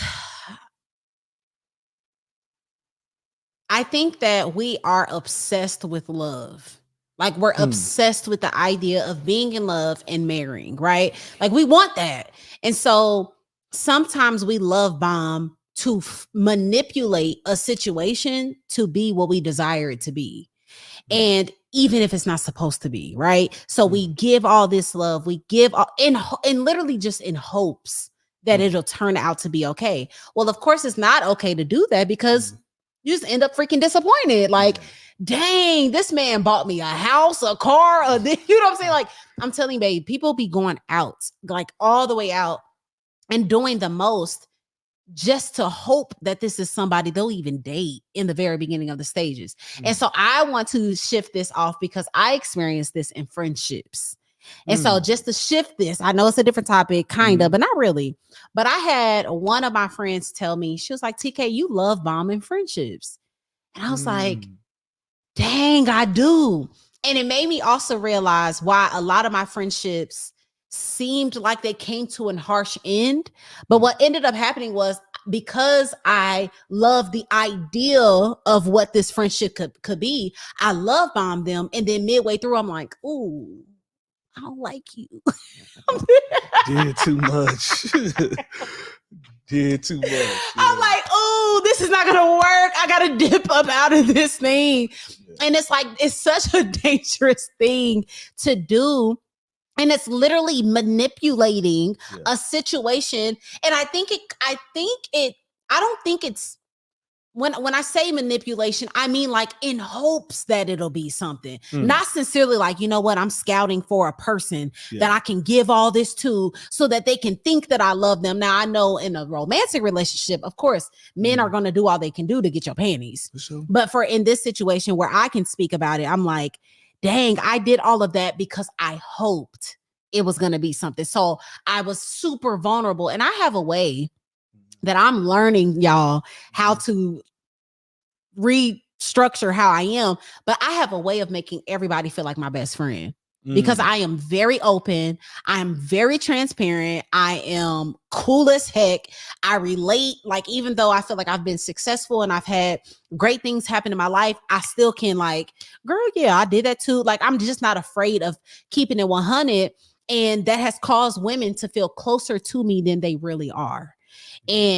Or it has caused us to build a premature best friendship. Like, I remember a friend like, are we best friends? Are we? Then I'm like, yeah. And it's like, I've known you for literally a month. And then when it comes to this harsh end, we have to have these conversations that we probably never had to have because we decided to love bomb. And so that's my testimony for that. But on the flip side, when it comes to romance, I have never necessarily experienced that, but I think he made a good point. Literally asking, like, getting the clarification, because even when it comes to my friendships, like, there was just a lack of communication. Like, what are we doing? You know, even in that, like, what is this to you? Because thank you for coming over and taking me on a date every Thursday, and thank you for giving me this jewelry, and thank you for these flowers. But hey, I just want to check in with you. Like, what are you desiring out of this? Is this something you are desiring long term? And then you talk to him, he's like, nah, man, I mean, I'm just chilling, I'm vibing. Okay, well, you take these flowers and that jewelry and you go back home, because I'm looking for marriage. I'm looking for someone that is serious. And so I think he made a good point. Like, women love to be like, yeah, he did this just to get in the pit, but you pull down your panties and you opened your legs and you let him without asking. And the reason why we don't ask is because we hope that it'll work out. So we think that if we don't ask certain things, it takes away the hard truth. The truth is just, the truth is still there. You just haven't asked about it. The truth still is he don't want to marry you. The truth still is he just wants to have sex with you. The truth still is he's using you. But you think because you're not asking, what is this? What are we? You're taking it slow. You don't want to put the pressure on. You think because you're asking that it changes the truth. The truth is still the truth.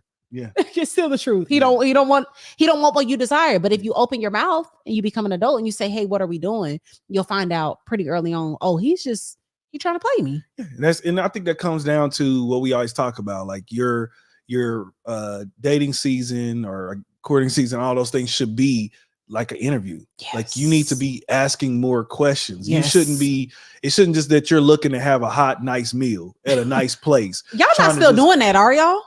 I pray they not. Anybody that's real pillow talkers with us, I pray they not. They know we don't. Like, listen, just for a meal. Listen, we try, especially women nowadays.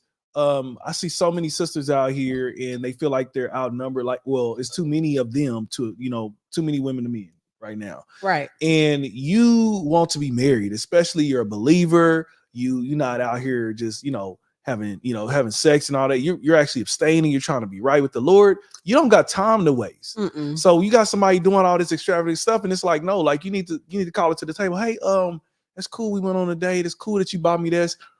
Hey, let's have real talk. Hey, yeah. What's your plans for, like, we need to talk. What does the future look like for us? And it's going to be based off of your standard before he even walked into your life. Yes. That's going to be the biggest thing. The biggest thing that I see, women, y'all hold the key. Let me tell y'all right now, y'all hold the key. You have, even though men are the leaders, y'all really in the driver's seat. For sure. Because we're going to go whichever way y'all kind of steer us, and whichever way we can go. You let them play. So, play. Like, one of the things she told me when we got together, and even when she got pregnant, she was just like, "Hey, listen, we either gonna be together, or you gonna eventually marry me, or you gonna have to go. Like, you think you about to do that whole off and on stuff that you was doing with your ex? Oh no, you got nothing coming. We're not playing that at all." She had a standard, and that made her more attractive. It did. Well, you don't have, yes, for sure. How it make you feel, Daddy? It made me look like, okay, I gotta get myself together. I gotta step it up. Period. I gotta be a higher man. I can't just play the games that I was playing around there. And man, maybe I want to be with her, maybe I don't. And then when she do something I don't like, then I'm gone again. I break up with her, then I come back in another week or something, after I get through talking to somebody else. Oh, you know what I'm saying? Never. Like, those were the games, and those are a lot of the games that the men play, because the woman has not set a standard. Yeah. But if she would say, hey, here's my standard, we not gonna have sex, I'm staying. That's not happening. He either gonna level up or he gonna run. Okay. She say, no, here's my standard. We're not about to just be dating for 2-3 years. You should really know what you want from me within a couple years. Standards. We should know. Standards Keep you safe. Yeah. Oh, there we go. There we go. Standards. Message. That's why I got her. Love her. Standards keep you safe. Yes. A lot of times, and I'm talking about realistic standards, not he got to be 6'4", chocolate with 10 inches. I'm talking about like realistic standards. Man of God, not wasting time, integrity, honest, right? It keeps you safe because if you don't have standards, you are likely to be dragged through West Africa, back to Canada, around to Mexico, if you let him, because you have no standards for yourself. Yeah. But a lot of times women don't have standards and they don't ask these questions because they are so desperate. And even when you said, oh, just have a real conversation, baby, they want to be spoiled. Yeah. Even if it is at the extent or the detriment of wasting time and, how can I say this, Lord? Wasting time and delaying what is actually real. Yeah. So because they're so desperate, they'll take a counterfeit version of a husband, a counterfeit version of romance, and he's romanticizing me. And they'll take that because of desperation, and they're lonely, and they'll just enjoy the process. Meanwhile, they deeply want to get married. They deeply want to have a husband and have a blissful marriage, but because of desperation and because of no standards, they're left unguarded, they're left unsafe, and they're left to be played with. So they don't even, it's easy to say, ladies, check in with the dude, but baby, it's like nowadays the women's standards are so low. They like, he about to take me to where? And he about to pick me up in his what? And he about to give me a what necklace? Bump the fact that I truly do want to be a wife. I'm gonna just enjoy the ride. And next thing you know, you got 3 kids and he still move on and go get a wife. He been sitting up there. Y'all be like, that's that. Somebody posted the other day. I'm so sorry. Somebody posted the other day, and when I tell you, baby, my comment got like hella comments under it because it was a post that said, you sitting up there letting him play you for 10 years. Then he meets another woman and marries her in 6 months.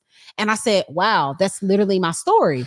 And I said, my husband dated his ex on and off for 8 years, and we were engaged in 6 months and got married 6 months after that. And the women are like, literally, oh my God, what did you do? How did you get him? What did it die? Standards. I was so full of myself, literally. Like I knew I was the stuff. I don't care what you think that you about to do. What you're gonna do is you're gonna figure out very quickly if I'm the one for you, because I'm trying to figure it out too, or you get to moving. Because I saw your patterns. I said, oh, he has the potential to play me because he did this to his ex. But I also see that you're a man of God. And what she didn't do was bring the man of God that I have now out of you. I knew that I could, but it was up to you if you wanted to, right? So I saw that you could, but I also saw your patterns. But it took you to actually be who you were called to be. But had I been a insecure, you would have played me just like her. Mm-hmm. It would have been. I told you. I said that before. I was like, we probably would have broke up a couple times. Yeah, and got back together. Like, I wasn't about to just do that. But you set a certain standard, so I had to be like, okay, And I would say also to my credit a little bit is that I really was ready for like a wife. Yeah, I wanted to have a wife at this time. Yes, I was like, I was about to be 30, or I just turned actually 30, and I was just like, man, I don't want to, like, I want somebody. And I had my non-negotiables, and I knew what I was looking for the first time in my life. I'm like, I'm single and I know what exactly I'm looking for. And anybody that don't fit this is getting scratched off the list. Yeah. And so, but still, your standards set the groundwork for your standards keep you safe. And this is why we say, hey, while you're in your single season, just work on you, man. Go get your therapy, go work out, do the best, because you will find your match. You are going to find someone that's on your level. And I think it's crazy because Dr. Darius said this past Sunday, he was like, you sit up here and get somebody on the level that you at right now, marry they butt, and then down the line, you be like, dang it, now you stuck. Yeah. You know what I'm saying? Like, because this person don't want to grow. Yeah. You want to grow. They still sitting on the couch, watch TV. You trying to grow something. You trying to do a ministry. You try now, but when you was emotionally unhealthy, this is who you actually chose. This is what you chose, but that's where you chose him in your toxicity. Yeah. And that's now you're carrying dead weight. Come on. when you were supposed to drop that package off and keep it moving. Come on. But now it's dead weight because you just let something that probably shouldn't have happened at all, or it was just supposed to be a couple of dates and you find out he wasn't the one and move on. You let something that was temporary, now it's your whole life. Just lingered. It's your whole season. It set a standard. Like, I think somebody, like, when I see, I feel for the ladies who are shacking up with dudes, y'all been together for years. Yeah. And the bits of your heart is like, man, I hope this dude marry me. Man, I hope. But y'all been together 4, 5, 6 years. He still ain't did it. You got this inkling in your heart that, man, I wish he would just marry me. And I'm not gonna go nowhere because I've been wasting all this time. Listen, you done wasted enough time. Set a standard. Say, hey, homie, listen, you got about a few months or something, or I'm leaving, me and the kids going. I'll let you figure out what it is that you want to do for your life. Yeah. But we're not going to continue to do this right here. You just getting booty, everything. You got me running around here like a wife or something, but you ain't put no type of ring on this or anything. We shacking up and playing house, going through marriage issues, and we ain't even married, have no commitment. You can still slide out with another sister tomorrow. Right. Come on. I was just literally just talking to some brothers in the barbershop. And I believe a brother was dealing with a chick and he actually lived with her and all this other stuff. And he literally was saying in the barbershop that he will slide. He's like, if a certain person come around, I'm sliding straight up. Now he got a child with her. He been with her for years. But this dude was like, I would slide. If this certain actor or something was available, I'm smashing and I'm sliding. That girl might be at home thinking, man, I hope he actually marry me. They all hoping that, baby. They all hoping, but the right one come around his eyesight. Now he thinking like, forget it. I'll go ahead and deal with seeing my kids on the weekend. They don't be thinking about that. They're in their flesh, man. Anyways. Again, set that standard. Listen, you cannot get time back. One of my biggest maybe regrets of anything was wasting so much in 20s, going back and forth. I should have said, okay, I don't want to be with her. Like going off and on for almost 8 years of it, barely was together. 4 of you actually together. You done wasted a lot of time, hers and mine. I had to apologize to her for that. So I wasted her time and I wasted my time. No, she cannot get that back. She did, but at the same time, I'm just saying, like, I had to take responsibility for that. And men should take responsibility. Yeah. Real men should take responsibility for when you over here leading chicks on and she was there through your playful times and you out here breaking up, going and dealing with somebody else. Because you're still trying to find out who you are. You're trying to really need to go deal with some therapy because you need affirmation. That's really what I wanted. So I would go get another girl that would affirm me, deal with her for a little bit, break her heart. Because I'm like, yeah, I just really want to go back to my ex now. You know what I'm saying? Like, just wasting people's time, man. Again, if you set a standard, you will not have your time wasted. Man, yeah. Set that standard. And I lastly, just on this subject, I also want to say, you're going to come to the end of your delusion. Yeah. Rather you're trying to run away from it or not. Rather that is he finally married you after 10 years of dating and y'all get divorced on year 3, or that's year 10. You know how many people have saw red flags and just thought if we get married, then it's it. If it is not the one and he is unhealthy for you and you know that and you just praying and hoping that God will shape him into something, you will reach the end of your delusion. You will. We've seen it over and over. It's like, well, you shouldn't have married him in the first place. Now y'all was together for 10 years, got married, 2nd year divorced. It's like, yeah, God was actually sparing you, trying to say, hey, get out of there, move. And so, and you low key forced the man, and you're like, all right. Yeah, it's like, I mean, I guess there's nowhere else to go. Yeah. Got 4 kids now, so let's go ahead and do it. But yeah, overall, I say don't love bomb. I think I've done it. Like I said, I've broken, females' hearts when it comes to in friendships because I've just done all these things and just went out and made them feel like they were just literally my best friend to find out like, oh, our seasons don't match. This is not good for me. It's not good for you. I'm gonna be mad at you that you're not growing at the pace that I need you to be around me. And so it's something that I think someone can very evilly do and like be intentionally evil and try to manipulate you to do something. And I also think it's like people that are just desperate and really want something to happen. Either way, it's something that you need to check. And that's something that I've had to check. Like, wait a minute, why do I do this? One thing is a part of my character trait. I'm just a really likable person. Second thing is, no, I really be hoping for things to be right. Let's check on this stuff. Let's figure some stuff out. So yeah, I say don't do it. And for those that are on the other side of it, pay attention to that type of stuff.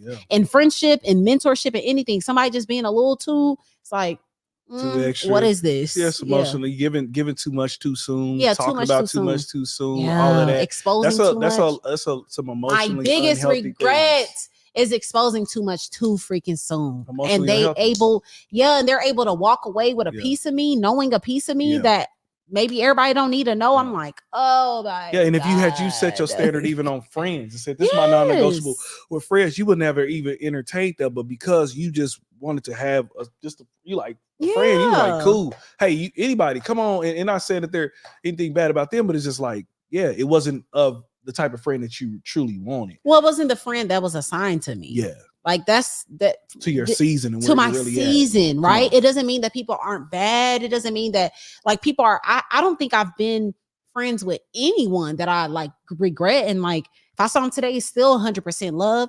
But there were seasons where I'm like, our seasons just don't match. Like I'm gonna be irritated. You're gonna be irritated. You're gonna be subliminally upset at me and mad and all kind of little crazy stuff. So, and that's the thing. It's also like you're causing just chaos for nothing. Like you're sitting there accepting a man just pissed off all the time. End the relationship. We gotta stop being afraid to shift. Do people realize that we're dying daily? I knew you were gonna say that. Like, I think that people should go listen to one of my virtual mentors is Myron Golden, and Myron Golden say like, listen, we dying. Yeah. He's 62 years old. He's like, I'm dying. I'm gonna get all this out of me. Like, I'm dying. You know what I'm saying? Like, he had a son who passed away, I think like 21 or something in a car accident. It's like, I think when life really hits, you start realizing like time is like, I don't just have time to waste. You know what I'm saying? Like, I think I don't want this to happen for some people, but this is what really clicked it for me is when I lost homies and they was in their 30s. I was like, whoa, we was just talking on the balcony. Whoa, I was just getting my hair cut by him. He's gone. Yeah. And these are good brothers. They love the Lord, everything. I'm like, whoa. So God, I don't just no. He's like, no, you better get on it. Don't stay in situations you don't like. Guess what that says? Well, guess what? I don't like this. I don't like living in the city. Gone. Move. I don't like this church. Gone. Peace. Bye. Why are we wasting time? Yeah. If we really started living our lives like we're dying, then we would stop wasting time, not taking it serious, man. Yeah, I think you sit over here in that stupid relationship that ain't working out. I just want to wake somebody up. Knock, knock, we here. Like, I'm just telling you, I'm somebody who wasted most of my 20s just trying to figure it out. Yeah. Like, I think that's what a lot of dudes do. And I want to say somebody in their 20s, man, do not do that. Know your non-negotiables, know what you want. If it ain't that, keep moving. You will not waste so much time because we're not here forever. And don't be intimate with them. That just takes it left so fast. Yeah. Dang it, I was gonna say something. No, it's okay. I'm glad you. I go. Somebody said, "Knock, knock, we here." Knock, knock, we here. It's time to go. Dang it, bring it back. Oh, that's what I was gonna say. Since we just chilling in this moment, well, we're about to wrap up. How long has it been? Okay, no, we're good. The comments. Yeah. Oh, it's an hour and a half. Okay. Is it 2 hours now or no? We almost about. It don't matter. Go ahead, baby. Okay. Yeah, something. Or should I save this for AHA? I'll save this for AHA. It's cool. Let's go to the comments because somebody gave us a super chat. Hey, we gonna get to that here in just a moment. But hey, y'all let us know, what do y'all think about this situation? Have you dealt with the love bombing or anything like that? Have you been the love bomber? Okay. We want to know down in the comments below. This is an Iwegbus production. Period. All right, let's check out the comments here, man. Y'all still like me? Shout out to everybody that is in the chat still. Y'all been hanging with us this whole time, listening to us, man, and we're super grateful for that. I want to check in on some of y'all comments. I can barely hear you in my ear. Can you turn me up?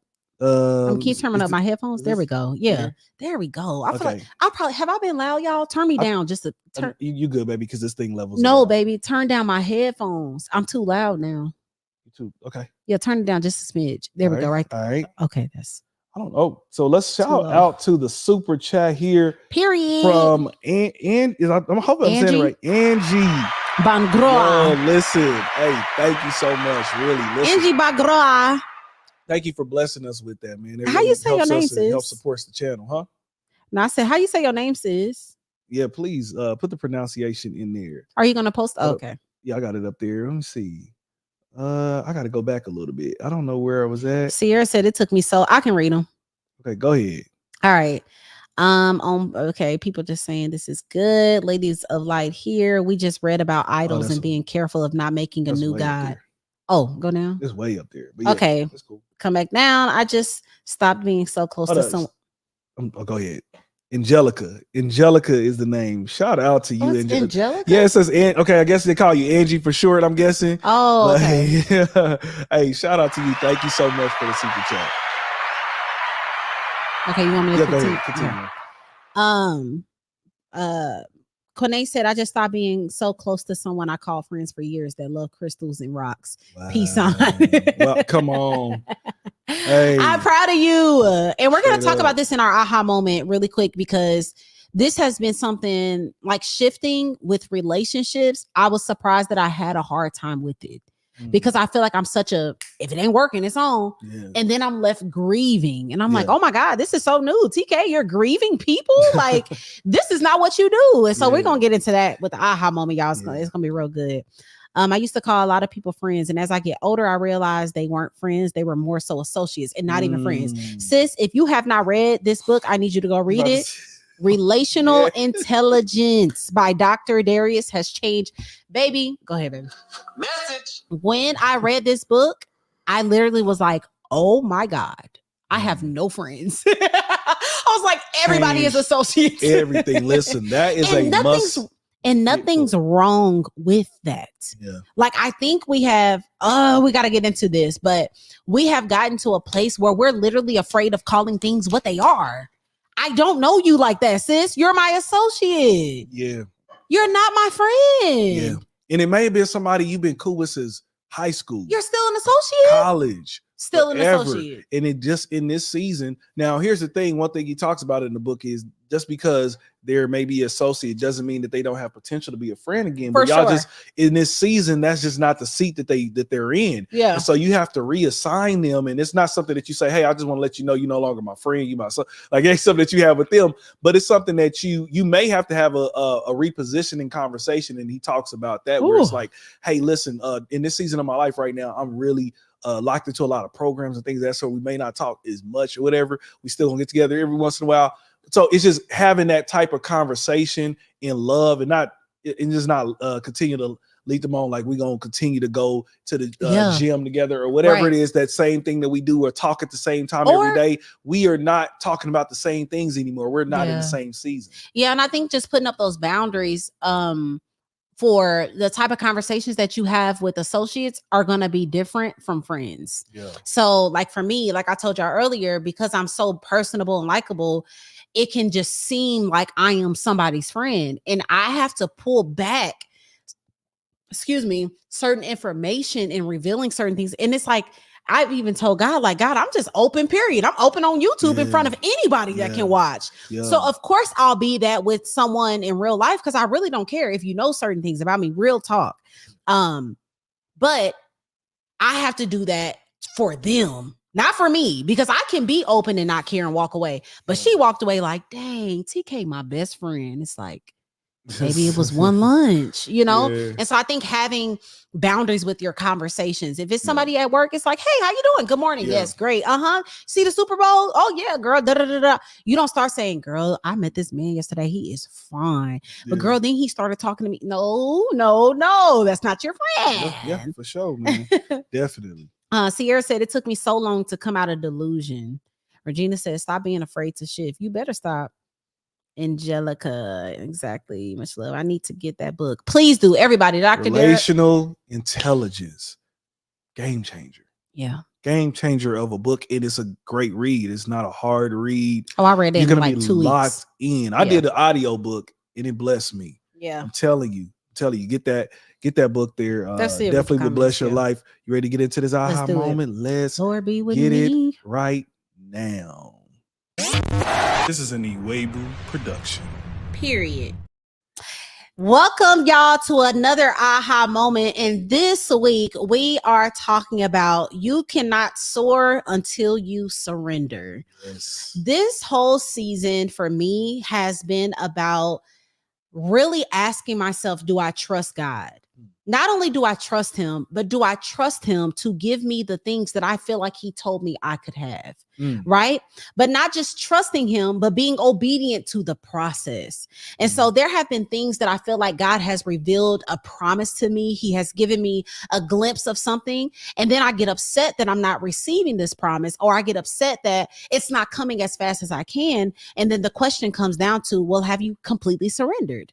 Because there are some things, there are some promises that will not come until you become the person that is ready to receive that.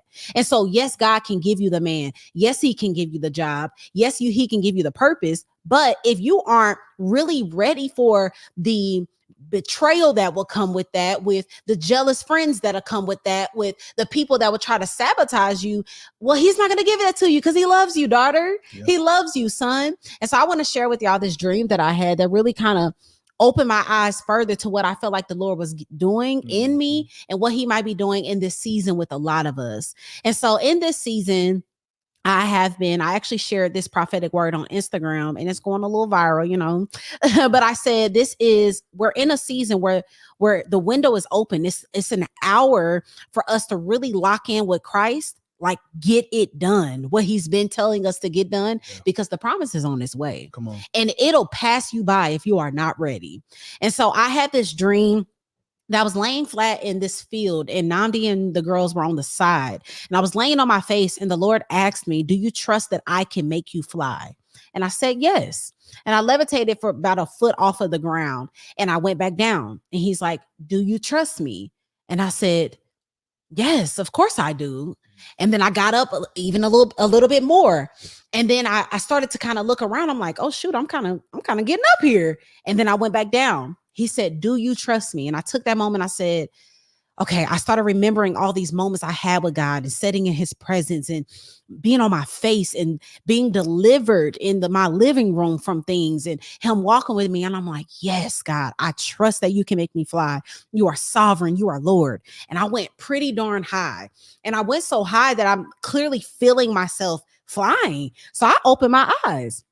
And I remember I'm opening my eyes because number one, I remember there was a light pole. There was a couple light poles. There were some buildings. I'm like, okay, now it's dope you making me fly, but like, yeah, I need to look out for those light poles that were nearby. And I started going back down. I'm like, wait a minute, what? No. And he asked me again. I think this is, if I've already said this 4 times, but a total of 4 times. And I was upset. And as I was going down, I said, no, God, why am I not flying? And I ended up waking up. And one thing that I knew, the revelation that I got from this, number one, was that I didn't fully trust God. And I'm saying with my mouth that I trust him because I've started reflecting on the things on these moments that I've had with him, but my actions after his question showed that I didn't because I had to open my eyes. So how can I trust God that he'll make me fly, but he won't protect me from the light poles? Is this really trust, right? And so I had to go in this journey where I'm like looking at my life like, okay, I've been saying that I trust that you'll do this, you'll do that. But what have my actions been saying? Come on. And this is kind of what we were talking about in the other episodes. I know this is a separate segment, talking about relationships and shifting in certain things and not holding on to certain things. So let me give a practical, circumstance or situation. You say you trust God with him blessing your marriage blessing your business or something like that. But he's been telling you, you need to cut this circle off. This circle no longer serves you. Well, the fact that you won't do that and you're supposed to says that I really don't trust you.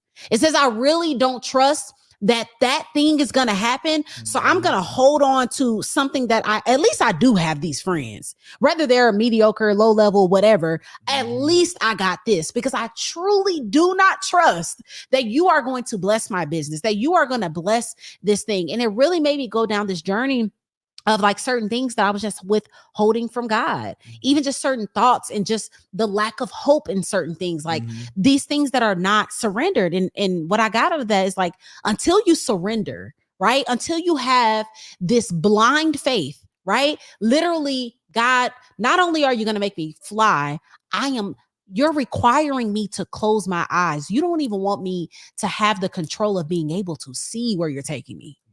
That is the level of faith that you are calling me to. He don't want me to see the light poles in the basketball rim that was over there. He wants me to completely surrender. And I think that's a call for a lot of us in this season, is to literally step heavy in your faith, to totally surrender every single part of your life that could possibly be getting in the way of you soaring. Because literally, once you get rid of that dead weight, you'll be lighter to fly. And I wanted to read this scripture that I woke up with in my spirit after having this dream. Where did I write this dream, Jesus? Bring it back, Lord. I got to type this in. Here we go. Isaiah 40:31. This is the New Living Translation. But those who trust in the Lord will find new strength. They will soar high on wings like eagles. They will run and not faint. They will run and not grow weary. They will walk and not faint. And that's the scripture that he just locked into my spirit. Those that trust in me will soar on wings like eagles. Trust in me. Trust when I say he's not good for you. Trust when I say that friendship has ended. Trust when I say that family member is not good for you. Trust when I say you need to move to the next state. Trust when I say you need to go to this church. Trust it, because once you take that leap of faith, you'll soar.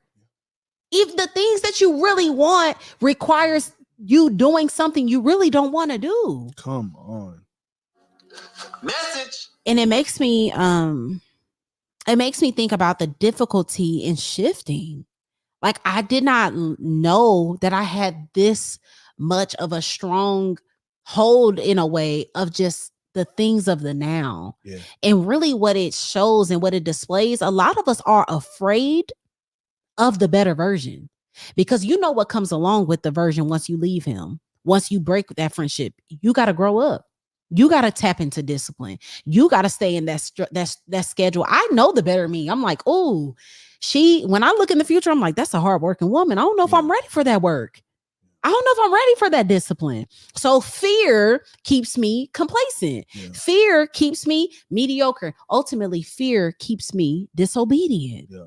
It keeps me from obeying God, all the while complaining and griping that I'm not getting what God has called me to do. Trust in him, surrender everything so that you can soar. Yeah. And I think that everything that you're looking for, everything that you want, is going to be on the other side of discomfort. I am telling you. Yeah. And if you are someone who's truly in your word, walking with the Lord daily, praying to him, and you're asking him for certain things, again, the Lord just doesn't give it to you like it's coming in your mailbox tomorrow.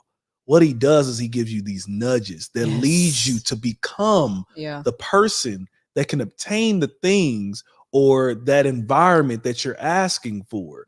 And so, I asked to, Lord, help me to be more, entrepreneurial and all those things. Well, then he gave me the nudge to go and do a job where I'm an independent contractor.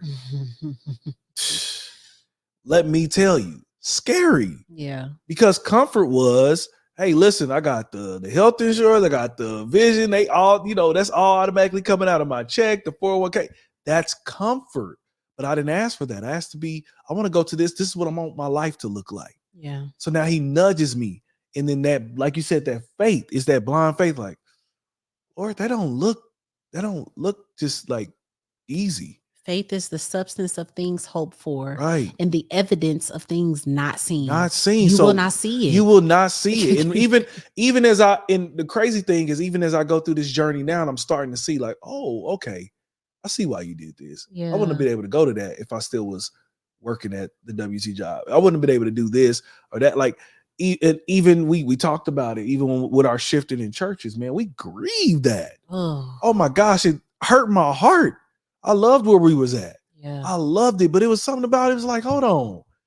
I was like, Lord, why are you telling me to go over here? I literally was like, I'm not going here because this person is connected in the same fellowship as this person, and I don't even want to go there. Like, and I never even looked at this as somebody I was going to be under. So why are you telling me to go? And why'd you come in? And it's the last day of this registration for this May, man. It's I don't know, like, why am I here? Yeah. You know what I'm saying? Let me just, no. And he kept doing it. Yeah. Again, you would start to feel these nudges, and it's going to seem a little painful. It may seem like, usually if it's not the easy thing, it's the best thing. Yeah. It's the best thing for you. Because why? It's going to cause you to have to lean on the Lord. Yes. Okay. And he wants more of that, not your comfort. Because then when you comfortable, you making what you want to make, everything good on repeat. That's when most of y'all stop talking to him. Mm-hmm. Stop talking to him. You're not in your word no more. You're not in fellowship because you got your cool, comfy little job, and you got your little dude, and y'all up in front of you, you know what I'm saying? Or you got your chick, and y'all in each other's face every 2 daggone seconds. Nah, get you out that discomfort. And I did not know when we made these moves that we made, it was going to be what we needed. And we're like, dang, God really love us. Yeah. Like, he's been leading us this whole time. And I'm sitting up here and I'm kicking, fighting, and screaming the whole way. Again, have that, like you said, that blind faith. Yeah, that's why people don't walk by faith. Because it takes surrendering. Faith walk ain't no cakewalk. It's not a cakewalk. This is for, like, you got to be ready to literally stay on your face. Yeah. You because you're literally walking by faith. So you have to tap in with God on a regular to say, hey, am I still in the right place? Hey, is this still what you want? Hey, am I doing, what about this? Okay, they said this yesterday to me. Like, literally today, something had popped up and I was just thinking it through. Like, I wonder why that is like that. And like, literally the Holy Spirit was like, pray. Yeah. Freaking talk to the Lord. And talk to the Lord, got the answer. And I could barely get my sentence out and got the answer. But people don't pray. And then they hear him and they ignore him. And then they wonder why they're not receiving what they're receiving. You're not getting instructions because you're not walking by faith. You're not walking by faith because you don't talk to God. And so that's my aha moment for the week, y'all. I pray that bless y'all. We're going to let us know in the comments down below what y'all think. Let us know. This is an Iwegbus production. Period. Listen, we are going to start to wrap up. But before we do, I want to go through some of these comments here. Let's see. Okay, look like we are a little bit further down. Forgot who said that. Ladies of light, but okay, you might see it better. Brittany S. Okay. Oh yeah, I know you're talking about, sis. Yeah, which one? Is her name Rosa? I forgot her. I think it was maybe, I don't know, but yeah, she said, I elevated.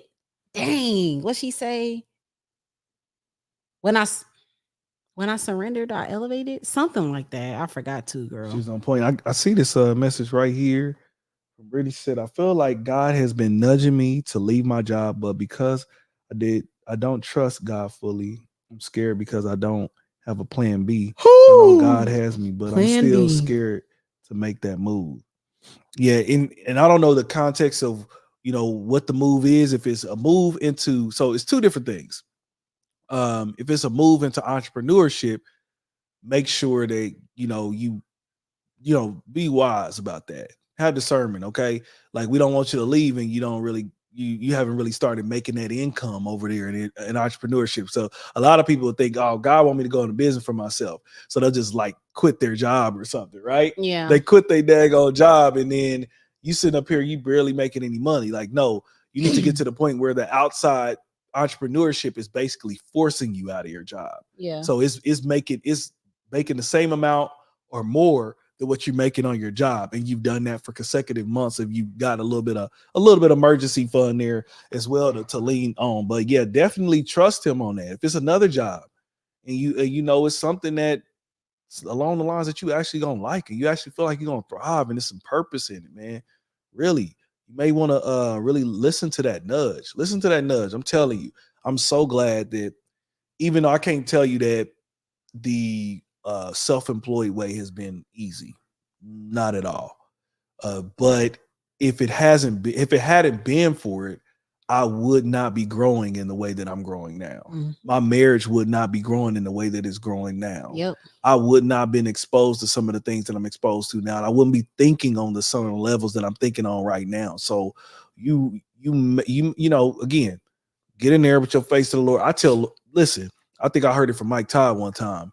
He was trying to figure out the word for the year, and he said God gave him the word, but then he's like, Lord, I don't know. I think you got to confirm that again. He's like, oh no, you didn't know you can go to the Lord and ask for another confirmation. Right. Like, I tell God, please double or triple my confirmations. Yeah. Before I make a move, because I don't got time. Like, a decision can bring a whole different season. Yeah. So please, yeah, we are praying for you on that as well. Really quick, what's her name? Brittany, really quick. Write a pros and cons list for leaving your job and a pros and cons list for staying. I do want you to logically, realistically, and rationally look at it, right? And after you do that, I need you to go on a fast. So then you're going to go on this fast, and then you're going to ask God, because logically it can look one way. Realistically, it can look one way, and God's like, I'm trumping all of that. It is time for you to shift, and you just don't know. So yes, realistically, we will always say, no, make sure you can pay your bills, right? But God can trump that. So you do want to make sure that you're handling all that you can and do all the parts that you can do, because there was something that we did when we were trying to figure out a big decision that we wanted to make. Two things, sis. I'm going to tell you two different scenarios. One situation that we really wanted to happen, and we finally sat down, we wrote a pros and cons list, and we realized that the cons greatly outweighed the pros. Yeah. And it made us look at the situation like, dang, had we not wrote that down, we might have been in a hole, financially, trying to take on something that we just really wasn't prepared for. Yeah. We didn't really even have to fast on that, because it was like, okay. Yeah. But then there was a second situation that the pros actually outweighed the cons, but then we went on a fast. And me and my husband were confirmed that even though on paper it says that you need to do this, God told us to do that. Yep. So you want to do all that you can do. Write your pros and cons list. Okay, if I leave this job, realistically, do I have a plan to even take care of myself? I don't know if you're young, if you live with your parents, I don't know. But just write out your list. Both 3 assignments, Brittany, right? Yep. Pros and cons list for staying at your job. Okay, if I stay at this job and I just make a 6-month plan to get out of here, and I work my entrepreneur. Did she say she wants to be an entrepreneur? No, she didn't say that, but I just said it might be. I don't know what she's okay. Well, whatever the case might be, whatever you're trying to do. Okay, I'm building towards something. So write your pros and cons list for staying there. Okay, at least I got an income. I don't have to stress out about my bills. I don't have to my car not gonna get behind, my this, my that, my that. Then you write your pros and cons for leaving. I'll have peace. I'll have more time to I'll have whatever the case may be, and then you're gonna go on a quick little fast. All right, guys. So my pros and cons list tell me I need to leave. What are you saying? Yeah. And I think you'll get an answer. Stay locked in. Keep praying. Don't eat. Put away the plate, get in your word, get some biblical principles, and I think you'll get your answer. Sure, I definitely will. Yeah, see some other people looking to make some moves, and also, like, Regina's coach, she said, he's speaking to me on the moving out of state. Listen, one of the best thing up. It was God's timing, but I sometimes wish we would have did it sooner. Earlier. Yeah. Wish we would have did it sooner, definitely. A little bit. So, we could have left in our duplex days, high key. Just given our circumstances, it would have been a little difficult. It would have been hard, but it would have been hard. But even regardless, it wasn't the perfect timing when we left this time. It's crazy. I always go back to Chris Brown song. Never right time. Say goodbye. But I gotta be the first one. Yeah. Yep. Like, I'm like, man, he was speaking on that. Never a right time to say goodbye out of anything. Never a right friendship, time. whether it's a job, a man, a relationship, moving out of state. You waiting for all the things to line up the perfect way. They're not gonna line wait up. until I'm gonna wait till I pay off my debt. Then I build up my savings to this. That's not gonna happen. It don't happen that way. It is not gonna happen. You gotta bust that move and deal with that debt. You're gonna have to deal with a little bit of something. I'm just telling you, man. I'm telling you, don't go do nothing stupid. But at the end of the day, listen. If God's been telling you to make a move, God's been telling you to end something, like I'm telling you. Yeah, some of y'all need to get some fire. Do always. My wife said I ain't gonna say no more. Well, that's for you, Brittany, for sure. Do that. Yeah, so I'm telling you, that is for you. Yeah. Sierra says she gonna do the same. She know. You said Tier? No, it's Sierra. She said she knows her cons outweigh the pros for staying at her job. Definitely need to fast and pray about it, and God reveal the next steps. Man, definitely, man. We tell you. And let me just say this: if anybody is trying to be an entrepreneur, and you don't like your job and you're ready to leave your job, I just want y'all to know that it's easier working a 9 to 5. Definitely. I don't know if it's social media that's getting a lot of people wanting to do what we do. It is not fun. Yeah. Like this is late nights, early mornings, all day, confused, upset. Y'all see us fumbling around on this system. Like this is the kind of small base level of doing it. Like talking about compared to some of the, having a whole staff and everything like that. Yeah. So, no, we're still very much that, because we do have people that do work for us. Yeah, we do. But the point is, I want y'all to make sure y'all not just doing stuff just to like switch up because you're tired of your boss or something like that. Are you disciplined enough to be an entrepreneur? Like, do you be late for your job? Do you be scrambling in the morning to hurry up and get for your, like, what disciplines do you have set in place to even prove to yourself that you can be self-employed, that you can get up and do it on your own, that a lot of times I remember I was talking to a fellow entrepreneur friend and she was like, girl, I need a boss to tell me 1 p.m. have this turned in. For that. No, literally, because you tell yourself 1 p.m. I'm going to post this, or I'm going to do this, or I'm going to call a team meeting, or I'm going to do this, I'm going to do that. But it's you. So you can literally not do it and just put it off. So you got to really ask yourself. And I don't know if any of y'all are trying to be entrepreneurs. I don't know if that was the point. Yeah. We're just literally assuming. Literally assuming. So maybe this is for somebody else that's going to come on the live later. But if you're trying to be an entrepreneur, Go ahead. No, you good, man. Yeah, if you're trying to be an entrepreneur, ask yourself, are you disciplined enough for it? Do you have a disciplined lifestyle? Oh, for real. Are you responsible? Let me tell you. Do you stick to your word? So real. Do you have good time management? Are you lazy? Mm-hmm. Are you sloppy? Do you not have order? Mm-hmm. Like, before y'all jump into being an entrepreneur, don't come over here and really not only be broke, but be broke-er, because it takes money to be an entrepreneur. You got to invest. Yeah. You know what I'm saying? Like, you got to invest in yourself. You got to invest in learning. You got to invest in products. You got to invest in the middleman. You got to invest in getting programs and hiring people to make cover art for you and your business. Like, this, it's expensive over here. Yeah. Are you ready for it? Yeah. And how you are is like you said, everything that she said, because how you are as an employee is how you'll be as a business owner as well. Right. So most of the people that I've listened to that are entrepreneurs, high level entrepreneurs, they talk about what they were doing in their employee days or W-2 days, and they were just as hard workers for that company. Yeah. So if you're not going hard for what you do right now, you're probably not gonna do it for yourself.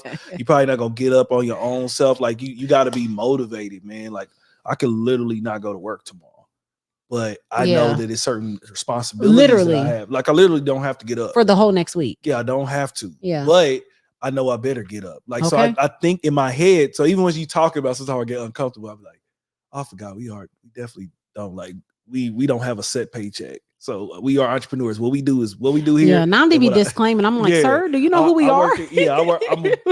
We are full-time entrepreneurs. Yeah, I work in the insurance services. I'm an independent contractor, and so I don't have a literally nothing is promised. Nothing is promised. It's up to us to make the money. Yeah, literally. Yeah. And so it's not a cakewalk at all, but at the end of the day, I had the disciplines. I showed up to work before time. Yeah. When I was a manager, I was there before my employees got there.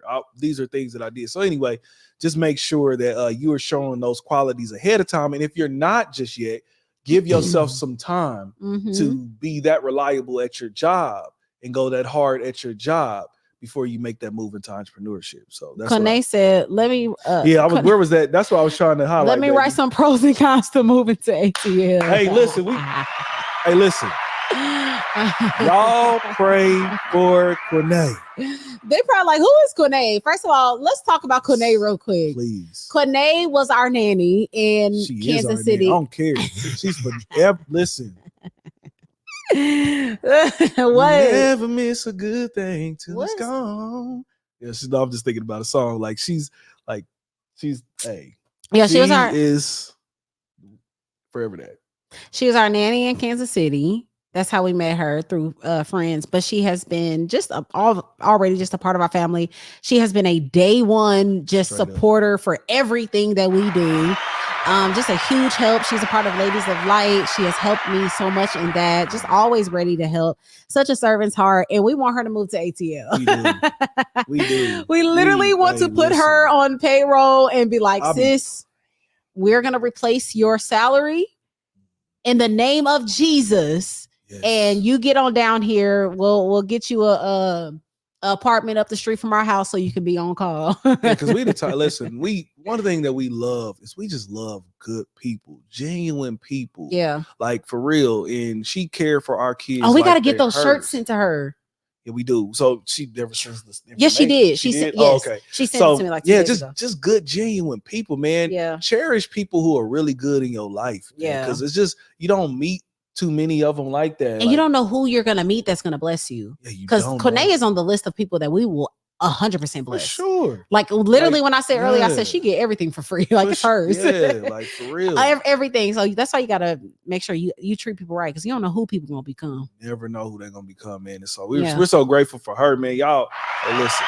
And all of y'all that are here, thank y'all. Everybody that's been standing. Super chats, thank y'all. I'm coming up with a name for y'all, the Pillow Talkers. I know. I was literally thinking of prime that. timers. I'm coming up with something like a tiering system of just our family here, man. I love, really do. We love y'all, man. We hope and we pray that really y'all got some great value out of it. Did y'all get any great value before we leave? Please let me know. Did y'all get some fire signs in the chat? Please give me some fire signs. Let us know that something that you don't even let us know that this motivated you. Right. Let us know that let us know in the chat right now if you're gonna move on something. Come on. We doing an action this year. We not thinking about something. We not looking at stuff just to pump us up or anything. Brittany got an assignment, so she better say something. Yeah. Brittany, the Lord gave me a word for you. You need to write those pros and cons lists, and you need to go on a fast. Start like tomorrow. For real. Literally. Do that, man. So hey, listen, we could talk all night with y'all straight up, but hey, listen, we're gonna get out of here. Hey, do us a favor. Another way to support us, one more time, just so y'all know, is rdlove.shop. Grab y'all some merch in there. Yes. Really, we believe it's pretty fire. You can see we got the shirts on, the accepted shirts. Go on there, check it out. We got hoodies, mugs, hats, the whole cups. 9 as far I have as a Holy Girl goes. Era Forever cup. You can put coffee in here. You can put water in here. You can put anything you want. It feels so cute. Like I just felt, I'm not even trying to say this to be like corny, but I literally just felt so empowered going to the gym. Like, and I set it on the floor and I'm like, yeah, I'm Jesus' daughter. You know, like it's just a little vibe. Like, I belong to him. I see y'all looking at it. Go to rdlove.shop and go ahead and copy one. I got purses. I got bags, little gym bag you can carry. It says Holy Girl Forever. It's this design. I don't think y'all can see this because it's washed out, but y'all check it out. Go check out the website. Y'all can support that way. Y'all always can support by, sending super chats. We do appreciate that greatly. And I think that is all of the announcements. Yeah, that is everything, man. Well, again, we appreciate y'all rocking with us. Yes. We will see y'all the next time. Pillow Talking with Iwegbus. Oh, ebooks too. Ebooks, all of that. Peace. This is an Iwegbus production. Period. Hey, thank you for making it to the end of this video. If you could do us a huge favor, please hit that like button and please subscribe. Yes, and please do not forget to hit that notification bell. We need y'all to be locked in every single time we drop this fire content. Yes. Also, we need y'all to follow us on all social media platforms at the Iwegbus. And look, we will see y'all on the next video.